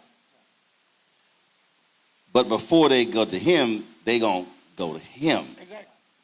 So what I'm trying to understand is, what are we creating that's here this direction, which means if we're talking about, when I think about anti-violence, anti-gang initiatives in Chicago and other places, where they have former gang members who have created organizations that do that, then what is the missing piece? Is that missing piece creating something of peers, of young men, Chief, you can jump in and speak to this, that then they are going in those places. They are having those discussions where they are, because I think what often happens is we want to be comfortable with the conversation. So y'all come over here and they're not going to come. I'm saying we have to be creating initiatives right where they are, dealing with what they're going through. I'm glad you brought that up. One of the things, to your point, we had probably about 15 guys who had spent 20 plus years in Angola, and they joined dads on duty. But the issue we faced was getting them into the school based on the regulations, because the school tries to say, if you're a convicted felon, Hold on. That's my whole point. Yeah. If I'm creating a community-based deal, I don't need their permission. True, but now we deal with logistics, so you got to be able to get them to those places, and now logistics becomes an issue. Right. So again, I understand how I'm seeing this here. Okay. You said lodge. Mm-hmm. You said are there community rec centers? Yes. Okay. We've said churches. Yes. So what has to happen is we have to take what we control. Oh, I agree.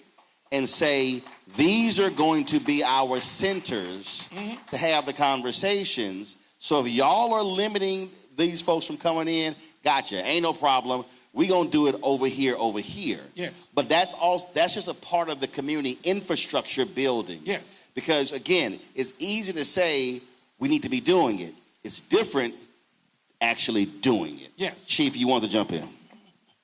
Yes, sir. Thank you so much for that. We have, here within the city limits of Shreveport, we have taken on an endeavor to do just that, to veil ourselves to the community much more than we had in the past by decentralizing our complete operation, resources, and equipment. Instead of being totally located in one place, we are decentralizing all over town. To give you a great example, there's a model that we are beginning that we think is probably going to be a model for the country. We are building a new facility that's about 80% complete out in South Shreveport, the Cedar Grove community, a community that needs us most, where the tragic event took place. The thing is, we've partnered with a concept called PAL, which is Police Athletic League, which is what most young people recognize. What's unique about this, we are building our facility directly in the middle of a park. We're taking over the park. It is our objective to get to the young people at a young age, to develop those relationships, to be role models so that we won't see them otherwise when something has happened. In that place, transportation, free bus transportation from anywhere in Shreveport to there and back home. We see this as a big, big plus for our community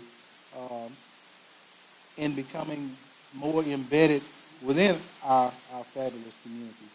That's happening as we speak. And we are so thankful to all our other people in public service, the DA's office, our sheriff department, and everyone who serves a purpose in public government to be a part of that. We want to get involved in the young lives of our community before they make some mistakes and errors that are going to cost them the rest of their life. That's happening as we speak.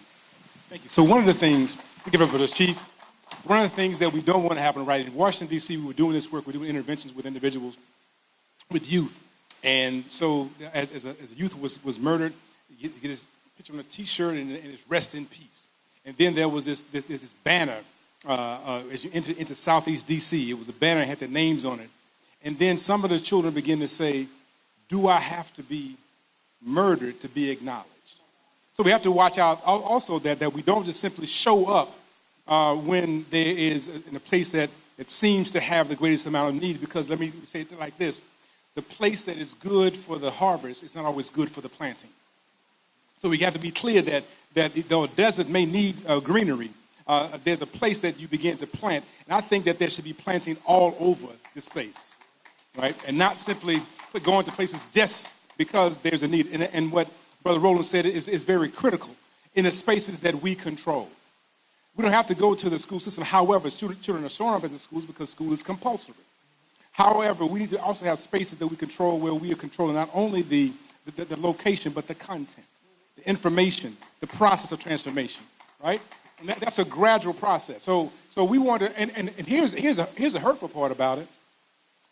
If the prevention program actually works, we really don't know until we sit on the backside, right? We only, so when there's an event that takes place, then we run to it.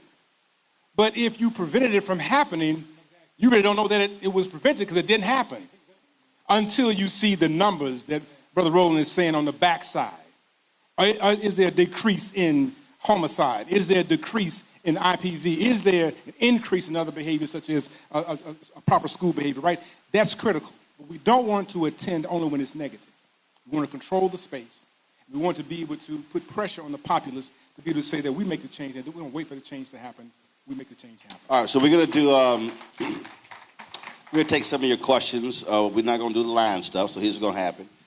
One on this side over here, I need one person who has a question to stand over here with Kevin. One person on this side, you have a question over here.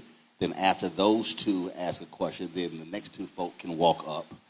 So we have some ground rules. First of all, we don't need you touching the microphone. We got it, okay? Keep your hands in your pockets. Assume the position. Do not touch the microphone. 2, there are questions. No sermonettes, no speeches, no benedictions, no dissertations, questions. So we'll start. So who has the first question? Come on up, slide out that way. Stand right here. If you have a question on that side, come stand right next to Kevin. He's going to stand right next to the pop-up. Come on. What's your name?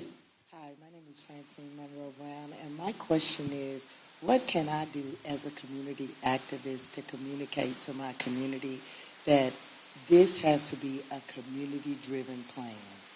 We cannot depend on anyone else to help our communities, just us. When I was growing up in Eden Gardens, the parents in the community, we had less, but we had organizations because the parents were willing to take up time. We had Mr. Pickens, who produced professional baseball players. We had Coach Pennywell. There were people throughout our community, and we took care of ourselves. So I just want to encourage everyone to get their mindsets in today's society. Let's move forward, and let's take care of our own community. All right, so I got a question for you. So you said you're a community activist. Do you have an organization, or you're part of an organization? Yes, I founded Seniors First, and I'm the executive director. We help seniors to integrate back in their communities, to become liaisons and leaders in their own neighborhoods. We also help seniors in college and seniors in high school. So we touch those milestone areas. Okay. So in your program, how are you bringing in next generation to help with that, and then be a part of this training we're talking about in terms of how do they do conflict resolution? Well, presently, I have something coming up on July the 10th right here in Shreveport. I'll be working with the city of Shreveport, and we are going to be catching children at much younger ages. Because by the time they get... Hold on. What's the thing on July 10th? Hoop Don't Shoot. And what is that? Hoop Don't Shoot is a annual program that we have where we pull in children and we connect them with organizations to provide guidance for them beyond the basketball and the online game tournament. Okay, so if somebody's out there and they want to participate, how do they reach you? They can reach me at 318-230-6697 or seniorsfirstplan@gmail.com. All right, cool. Appreciate it. Kevin. Name and what's your question? My name is Willie White, and I live over here in Allendale. My question is, besides athletes and athletics, can we be more diversible? And if so, what programs can we start? What programs do y'all have in mind that we can start of? My thing is agriculture back in our communities. Okay, so now I got a question for you. What do you do? What I do? I'm apparel at a school here in Shreveport, and I'm also a gardener. Gotcha. What organization are you involved in? Right now, I'm with the Front Porch Ministry in my neighborhood at St. Paul Methodist Church over here in Allenville. And we're starting the Front Porch Ministry. It's going to have different components to it. We're going to be doing ministry in garden, ministry in feeding, and educating our people at an early age about tapping into their gifts and talents and start developing. So how are y'all reaching people who are not in the church? Who are not in the church? Recently we had the citywide cleanup. So we went to different streets within that area. No. What I mean is the initiative you just talked about. If you want people to be involved in that initiative, how are y'all reaching out to people to say, this is what we're doing, and we want you involved in this program? Well, right now we're having meetings, not just only meetings. We're gathering within the community and spreading out, going from door to door right now. Got it. Within that area and stuff like I said, we did the citywide cleanup. We didn't just do right at that location. We went down the streets no one would normally go down. Gotcha. You know, people with beer cans in the yard, getting out there, picking up their beer cans with them. We went out there picking up trash, and, they started tagging along. Right. So the ministry that y'all launching, when is that launching? When is it? I don't know the tentative date right now. Okay. And since you've been going door to door, what's your target number? How many people in the community that are in that certain radius around your church that you want to be involved in the program? Well, I'd like to target like 10 right now. We got guys to play dominoes. We got 2 barbershops right there and on Looney Street. So like I said, I want to serve with the people who are, I feel like this, mostly overlooked. Gotcha. So the reason I asked you all those questions, because you just answered your own question. Okay. Well, thank you. No. Again, I want you to understand. The reason I asked the questions, because you answered your own question. One of the greatest mistakes that, and I've seen this in churches all across the country, what happens is we have programs that are only internal, not external. And so if there's a church here, church, mosque, whatever you want, anybody here, what they should be doing is they should be drawing a circle around the church and saying, this is the 0.05, 0.10, 0.25 radius. And we're going to, what you just said, go door to door and then knock on those doors and say, this is what we're doing, this is what we're providing. It doesn't matter if they're not church members. What then happens is, then they now may realize, wait a minute, this is a church that's actually doing something. So your ministry outreach may end up causing them to show up on Sunday. So the problem that we often do is we like to talk macro. So when you said citywide, the reason I wanted to ask more questions because you brought it door to door. So the only way we have to go micro macro, not macro micro. So the issue that we're talking about here, how do we reach people? So we're talking about a Kappa program or an Alpha program. How do we expand those things? We have to say, no, we're going to go from 5 to 15, 15 to 30, 30 to 60. You have to build it that way. One of the biggest mistakes is when we can get everybody involved. You're not going to get everybody involved. But it has to be a methodical build, micro to macro. So the question you ask is exactly what y'all should be doing. And a component of that should be, you're talking about gardening or whatever, as we said, conflict resolution. Kevin, what did you say? You called it, we've been talking about regulating emotion. Yes. These should be things that are part of the program you're talking about, because the folk who commit domestic violence, they're in churches. They're in fraternities. They're in other groups. We just don't talk about that part of it in our programming. All right? All right, good job. Thank you. What's your question? You walking up like a straight OG. I mean, you blue hat, blue suit. Come on, you coordinated. Go ahead. Thank you, sir. My question is to the panel. It's about mental illness. I have a family member suffering with that. He goes in and out of the system, go to jail, come back out, go right back in. I talk to him, talk to the coroners, I talk to the nurses up there, I talk to them all. It's like, it's stated it happened under this administration. That administration been gone a long time ago. How can we get all of these people on the panel, all these people out here that's in position to come together and work together on one accord for a purpose? Is there a body like that in place? I mean, that you can reach them? Now, I'll throw it to the panel because part of the question he asked, I mean, the brother who shot and killed the 8 kids, he was in the VA for a week. And he kept saying, told his mama, I can't overcome these demons. So part of this issue, and Chief, maybe you can speak to, or the DA, part of this issue is, especially with the massive cuts that we've had in mental health, how do we deal with somebody who actually went through a system but came back out and then ended up committing this sort of heinous crime?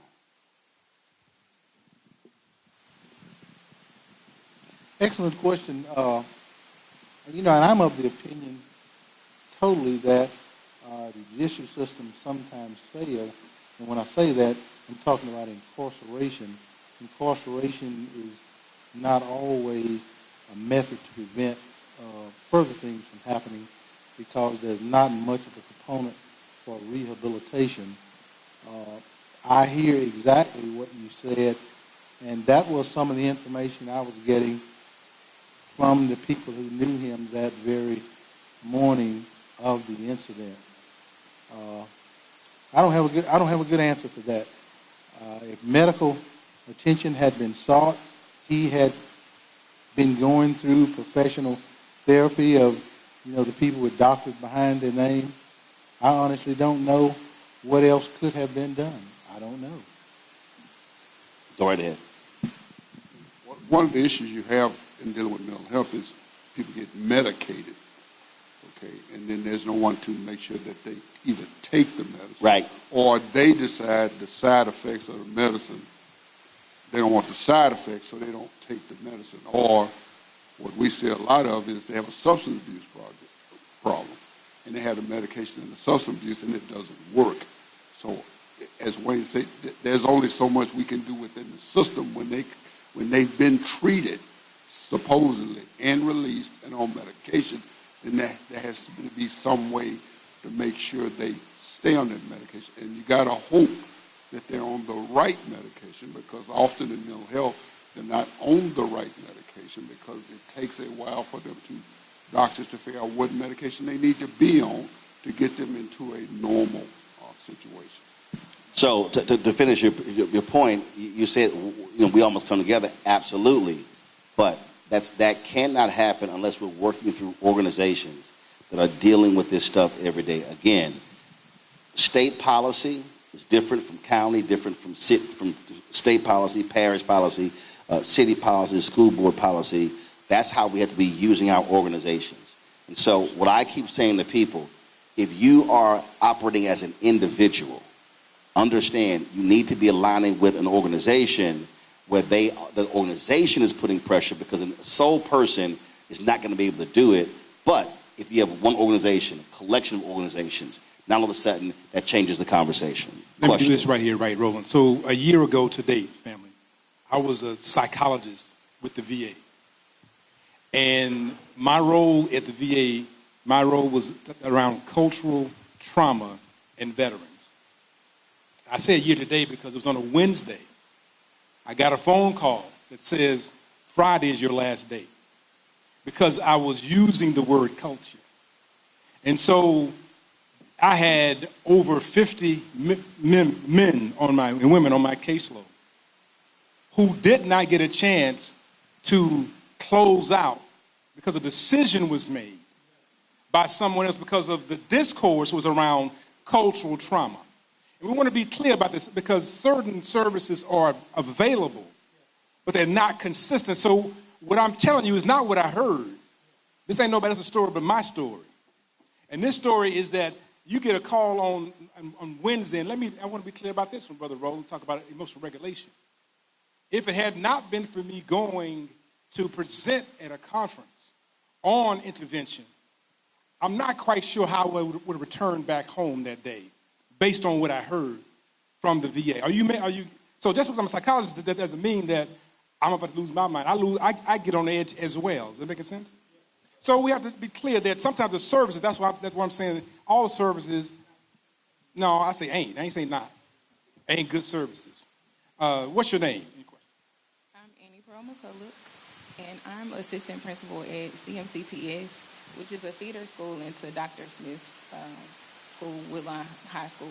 And so really my question, and I don't even know if it's really a question, but what is your take on addressing mindsets of the parents? Because I feel like us at the school level, we're doing our best to instill in the children what the lesson is that we know that will take them on to the ladder, but it's like we're fighting mindsets. And so we want the parents to be involved, but how do you address parental apathy where you want them in the school, but they won't come?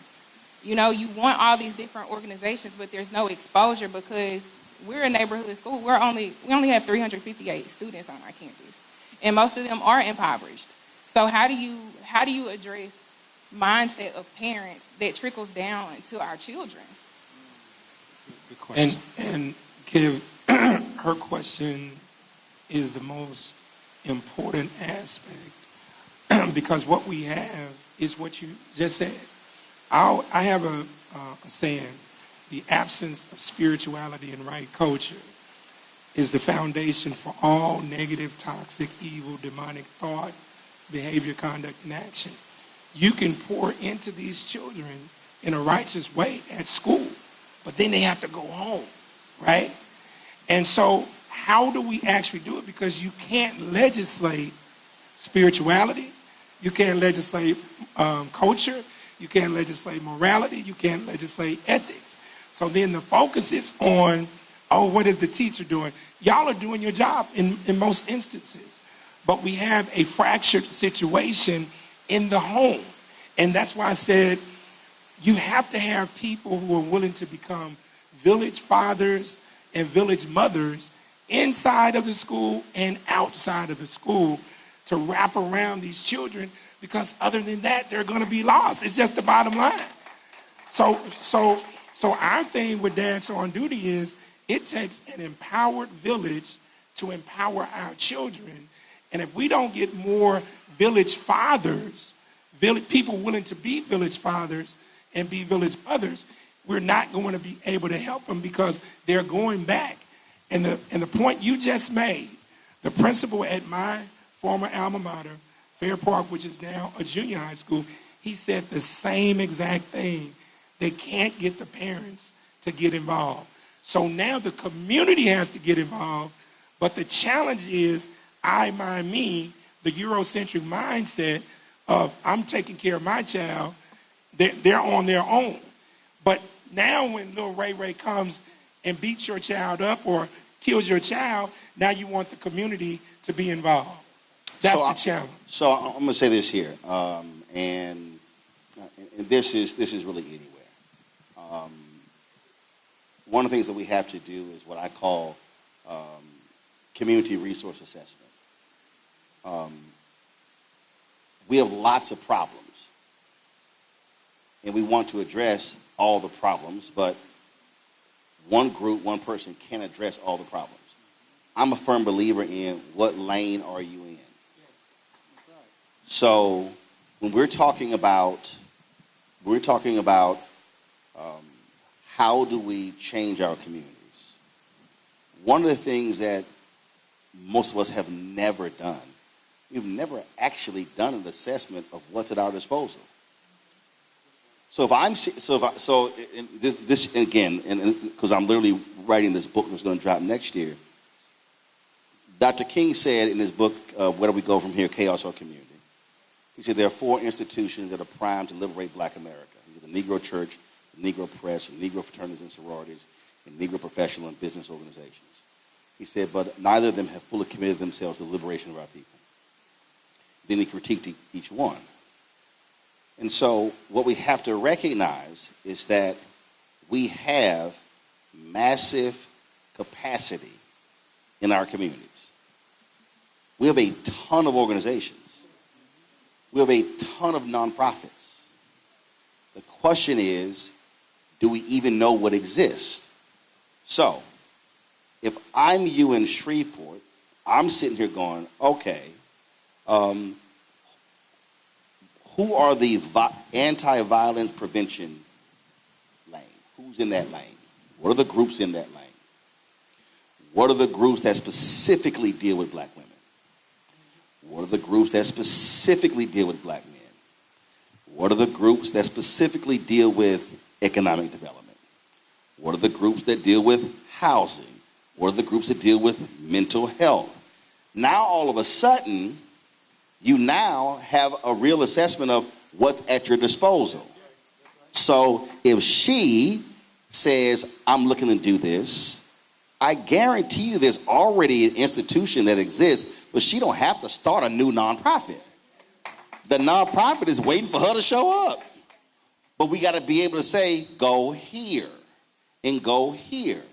And so if we're talking about how do you move forward, that then means, and someone mentioned earlier, Million Man March, really what should come out of this really is the model of the local organizing committees that came out of the Million Man March.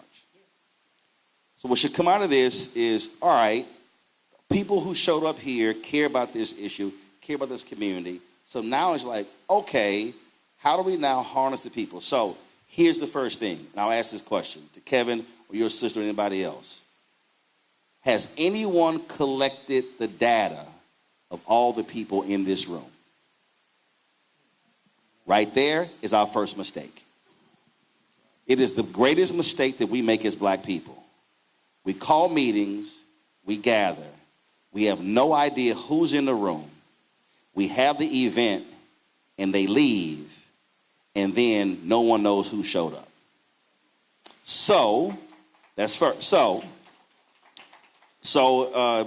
see, he pulled a legal pad out, but we're gonna make it easier. So, Kevin, yes, give folks an email. Give folks an email, and the people in the room, or if you are watching from Shreveport, send to the email your name, your email, your number, and the area that you would like to work on. So what then happens is you've got more than 100 people here. Now you have a database to work from to say, okay, more than 100 of y'all showed up on April 30th. You're going to meet in 2 weeks, and each one of you have to bring one person. That means that your next meeting will have 200 people. And then when you say your next meeting, I need the 200 to bring one. You're then going to have in 1 month, you're going to have 400 people prepared to now mobilize and organize. That's how we have to approach this. So what's the email? Email address is Mawata357. Oh, Lord, yeah. Hold on. You're going to spell that. I'm going to give it to you. Mawata357. Hold tight. Hold tight. Listen fast. And I'm going to talk faster. All right, so Mawata, capital, no, not capital. M as in Michael, W as in water, A as in apple, T as in Tom, A as in apple. Mawata, M as in Michael, W as in water, A as in apple, T as in Tom. Mawata, MWATA 357 at gmail.com. Mawata 357 at gmail.com. Why is that critical to the conversation? Because my birth name is Kevin, that is Irish. My last name is English, Washington. I've taken the liberty to move from that, from one space to another, and so the name is legally Mawata Sankara. Is that making sense? I could tell you more about that as well, but WASA is a whole, so MWATA, I like that, Brother Roland, you said it. 357@gmail.com. We can say a whole lot of names. We trip on stuff Now, I'm like going to that. give you a second one, and if you email me, I'm going to forward it to him. This easy. Roland at blackstarnetwork.com. See, now, Roland. See, I keep it simple. So, follow me here. I need y'all to understand. I need y'all to understand. Bishop William Barber hit me up a month and a half ago, and he said, hey, I want to get 1,000 alphas. We want to teach them to organize and mobilize for voting. We put it out there. We hit the 1,000, but we probably had another 1,000 people who were not in the fraternity, men and women who followed up. This is what, I'm telling you, this is the biggest mistake that we often make. We meet and we gather, but we don't organize and mobilize. So the data is critically important. So how hard is that right there, y'all? Look at that. MWATA 357. There's a reason for that. At gmail.com. Right? That's all. So all I want you to do, you just put Shreveport in the subject line. Your name. It's going to be your email, your cell, social media, whatever. Now, as y'all go from here and now begin to organize, you'll now have a database of the people to begin to work from and build from. Question. We're going to dig. This is the last two questions here. You got a question over there? These are the last three questions. Go. Yes, Roland, thank you for having me. I'm just concerned, just like the young lady was, about the situation in her school and all regarding the parents and everything. Coming back to my mind and all, when I'm growing up with my grandparents before, it was a whole lot of other things more instilled in us at that time. Our parents were the guiding forces. We would obey them. We would listen to them. We would learn from them. A lot of young ladies and young men now, their mindset is not even, it's still a child. And yet they're raising children themselves. Right. And so? So the question is, what I'm trying to state is, the beginning point, the first point is we got to start at home. Before anybody thinks about mental health and all, it's got to be a family figure to start in working with. And no. Follow me here. How old are you? I'm 68. You're 68 years old. And this is what people need to understand. I grew up, both my parents, I've been married 59 years in June. You're dealing with a child today that is born into a social media world where the moment they're born, they're born to a social media world, okay? So all of a sudden, you have a third grader who is being bullied by classmates in social media. And those classmates have people around the country who follow them. So now that child is getting DMs. That child is getting attacked with what they're wearing and how they look. So the parent has no idea. So you now don't understand why your child is withdrawn, why your child is angry and emotionally upset. You don't even realize it's because they're dealing with something that you have no idea about. So you being 68 have no idea about that world. And so it's hard for, like I'm 57, I raised 6 of my nieces. It's hard for us to understand what life is like for a young person today because their world is not our world. So what we have to do is we got to, yes, how we grew up was one thing. I have to accept the world that they're living in and now come up with solutions that apply to their world today. Otherwise, it's not going to work. And so we can draw from how we grew up, but I got to understand where they are. And so the point is, if we're not having dialogue with them to understand where they are, what they're dealing with, then we're just going to be sitting and talking past one another, and we're not going to get to the solution. So we got to be communicating with them where they are. Question here, then last question here. Good evening. My name is Joshua Hoover. I am 21 years old, and I am representing the youth, not speaking from a distance, but in proximity. And so my question is, as a 21-year-old minister, social media influencer, and advocate, are you all willing to collaborate with youth like myself to create pathways to promote continuity and empowerment for our community and combat surface-level solutions for deeper issues to prevent reoccurrence? All right, I'll ask you a question.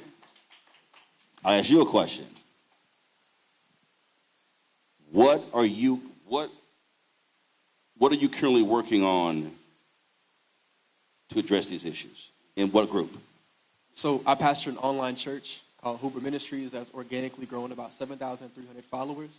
In addition to God and Trust with Influence to reach about 1,300,000 people through Instagram, TikTok, Snapchat, and Facebook. I advocate as a vessel, and so anytime that I'm speaking on an issue, I'm not speaking from a place of confusion. Like my mother, for instance, is a victim of domestic violence. Got it. So with this issue that we've just experienced, it hit me personally, and so I was able to create a 25-minute statement on YouTube and post it for my audience to see. In addition to that, I realized that I cannot just speak about these issues without addressing men's mental health. And so I am aware that it is going to take somebody like myself to reach people my age in my generation with the assistance of established nonprofit organizations that are willing to work and collaborate with me on these But efforts. hold up. Yes, sir. What you said you speak on the issues. Yes, sir. But how are you organizing around the issue? So I build events. So I work and collaborate with people all across the world, and we have one of the ones we did was an event called Skating for the Savior, and I was reaching youth from the ages of 5 to 17 years old, and we taught and discipled them and equipped them with resources, and we even gave some money and a few things. One-time event? It was a one-time event, yes, sir. I just started my online church about 6 months ago. No. Yes, sir. No. But I want you to follow what I'm saying here. Yes, sir. There's a difference between speaking Yes, sir.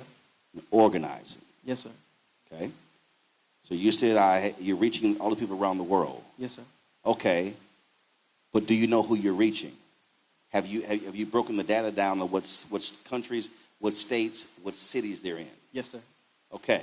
Now, how are you now communicating with people who are following you to create the organizations or the groups in those cities to address this very issue? So my priority demographic is the youth. I realize that analytically it's ages from 13 to 25 That's years fine. old. That's Right. fine. This is not Yes, a question sir. of age. Yes, sir. Yes, sir. It's a question of organization. Right. Because understand, I was in the Junior Knights of Peter Claver, junior division of the world's largest black Catholic organization. I was a state leader, national leader when I was 14. Age is not the issue. It's organization. So what I'm saying is, so you have this following. How are you now taking that following and going beyond speaking to them, but having them organize where they are to address these issues, where you are, in essence, creating those different entities in each one of the cities? Are you doing that? I came to this mic exactly for that. Okay, and Yes, that's sir. what, and so, Yes, so sir. my point is, you don't have to ask for collaboration.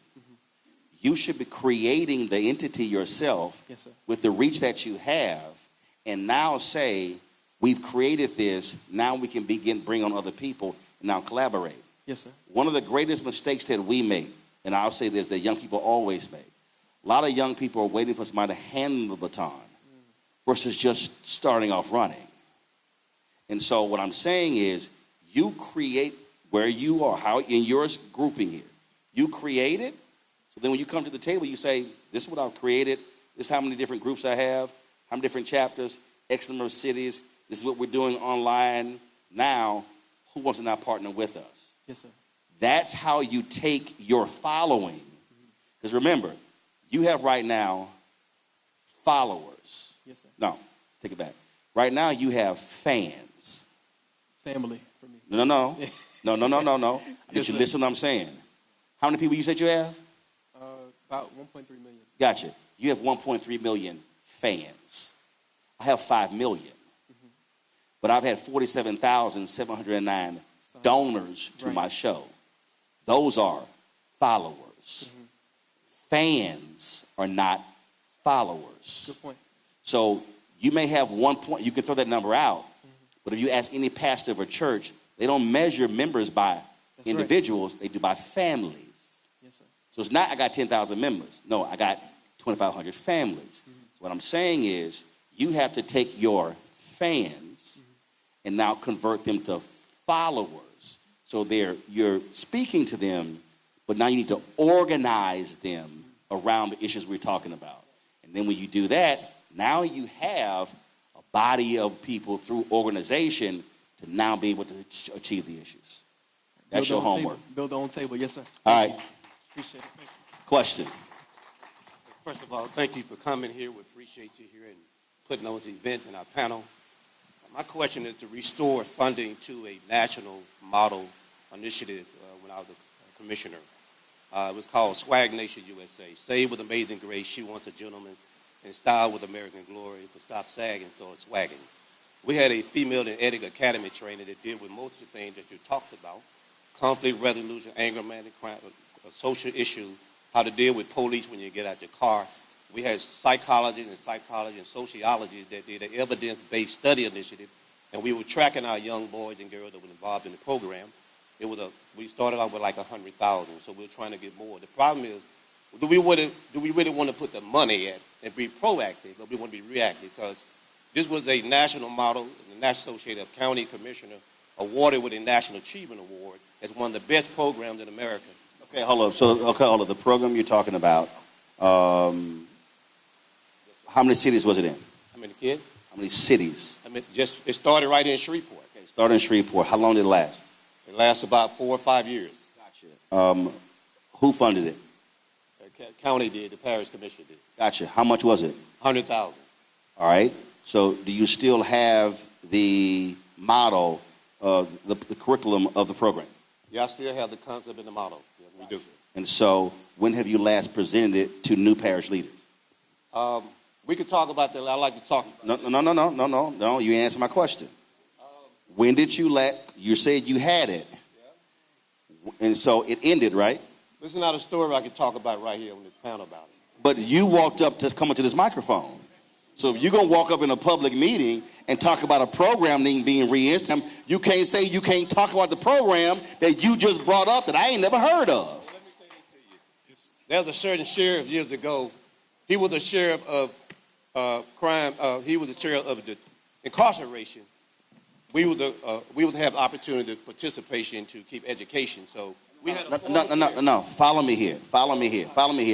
I understand what happened then. If you're telling me that was a program that was effective, that worked then, I'm saying how you partner with other folk to put it back on the table to get it funded. Well, I would like to talk to you about why it's not funded. No. Bruh, follow me here. No. I'm being very serious here. This is one of the greatest mistakes that we often make when we meet. Shh, 1 second. This is one of our greatest mistakes when we meet. We spend a lot of time on the problem and little time on the solution. What I'm saying is, if you are saying there was a program that worked, that was successful, that cost $100,000, and it's no longer being funded, turn around. You got a group of people sitting in the room who clearly came here prepared to address the issue. So now I'm saying, take that concept, partner with these very people, go to the same body and say, fund this to deal with the issues that we are facing so we don't have the next tragedy. If you're not in the seat, you can't fund it unless you're elected. See, right now, you just missed it. When the people go to the political people know, hold up, those are voters talking to me. And then if I don't do what voters say do, I'm not going to be sitting in this seat. So what I'm saying is, stop saying what you can't do and turn around and partner with these people to do what you just said do. Okay? Yes, sir. All right. We want to give a special shout out to Mount Canaan Church. Give it up for Mount Canaan Church for allowing us to be here, Baptist Church. They were able to turn on a pivot thanks to Brother Bogan and Scoot Nim and everybody that pulled this together in this space. We want to make sure that we acknowledge them. Thank you to Pastor Oliver for allowing us to be in this space. This has been a space of activism, of movement.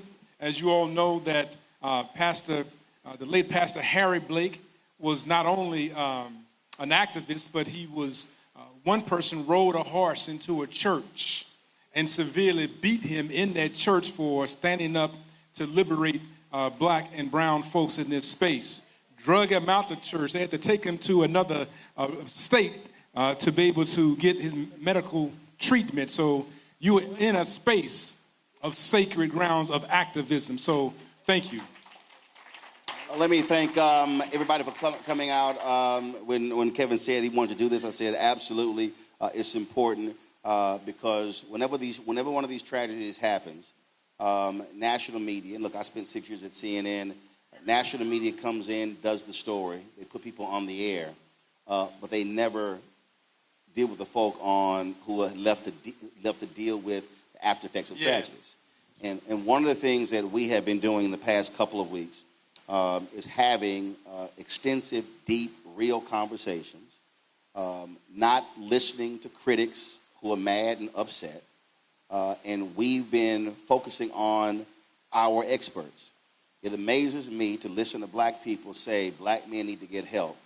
And then we put the very people on the air who are the ones who offer help, and black folk don't want to listen to the people who are giving advice. And I'm like, but that's what they're there for. And so what we have to do is we have to be utilizing our resources in a completely different way. And so that's why we're here. Tomorrow we're going to be in Mound Bayou, Mississippi. Trump is sending those white Afrikaners there to farm that historic black city, so we're broadcasting from there. But that's really what our role also in black-owned media has to be.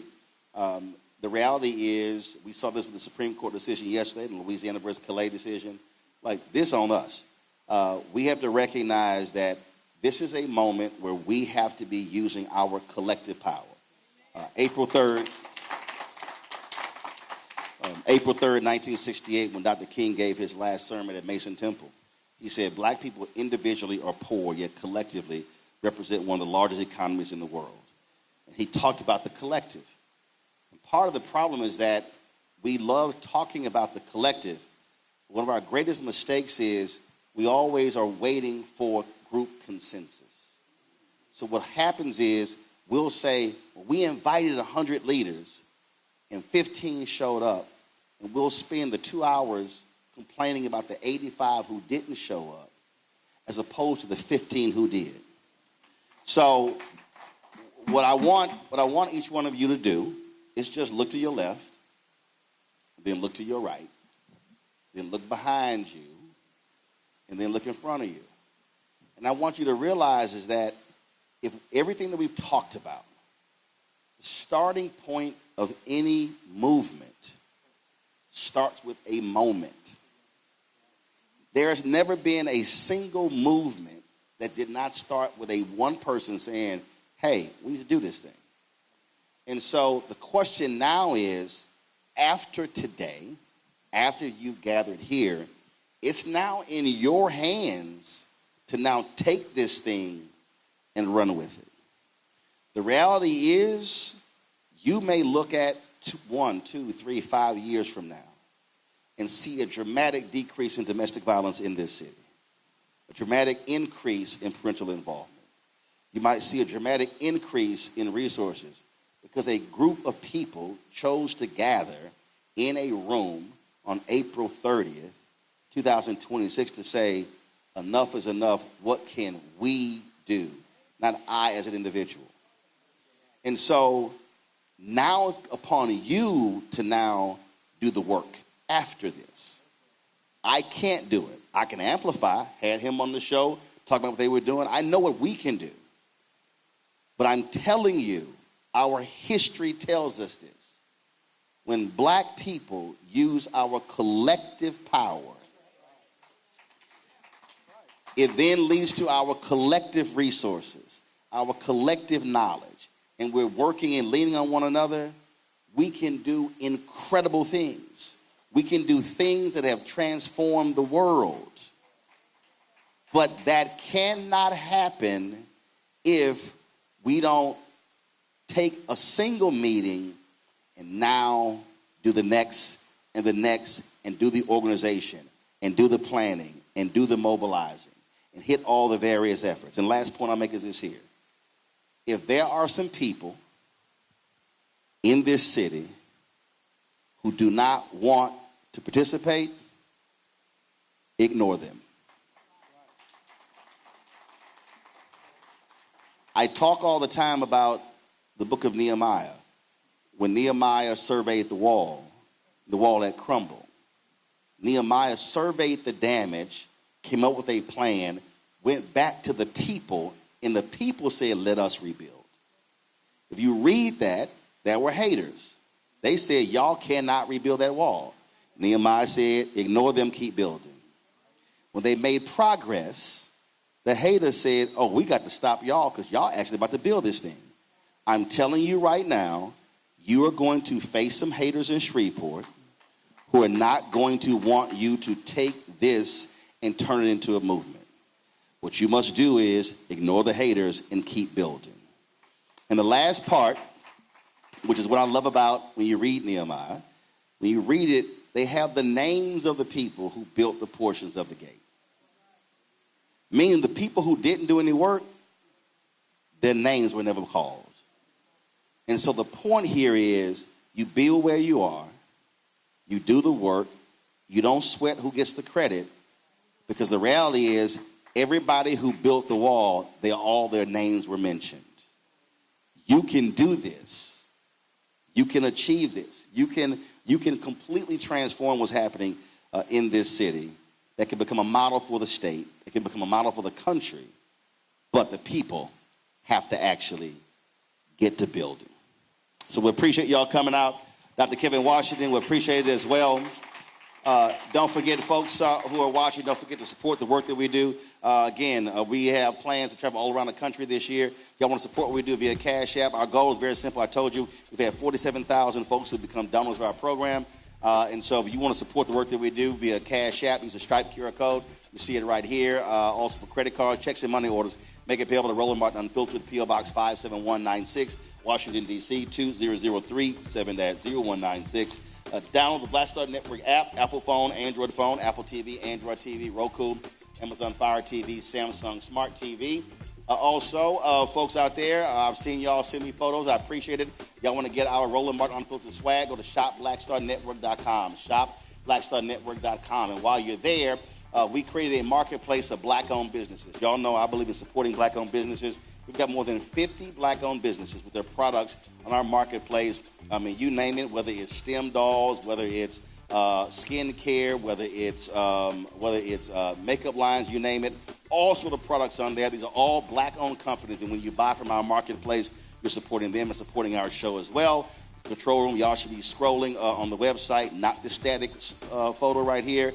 Y'all should also be showing a shot of the products that are in my control room. So I don't understand why I'm not synced. Thank you very much. Y'all late. Y'all should have been showing that. All those products you see right here, these are black-owned companies that are on shopblackstarnetwork.com. Download the app, fan base. Follow me at Roland S. Martin every noon Eastern. Listen, check out. And coming up next, Dr. Ebony Hilton, her show, Second Opinion with Dr. Ebony Hilton. That's our weekly health show, talking about the critical issues facing our community in health. And so we appreciate that. Shreveport, thank you so very much for having us here. We appreciate it. Folks, I'll see y'all tomorrow from Mound Bayou, Mississippi. Holla!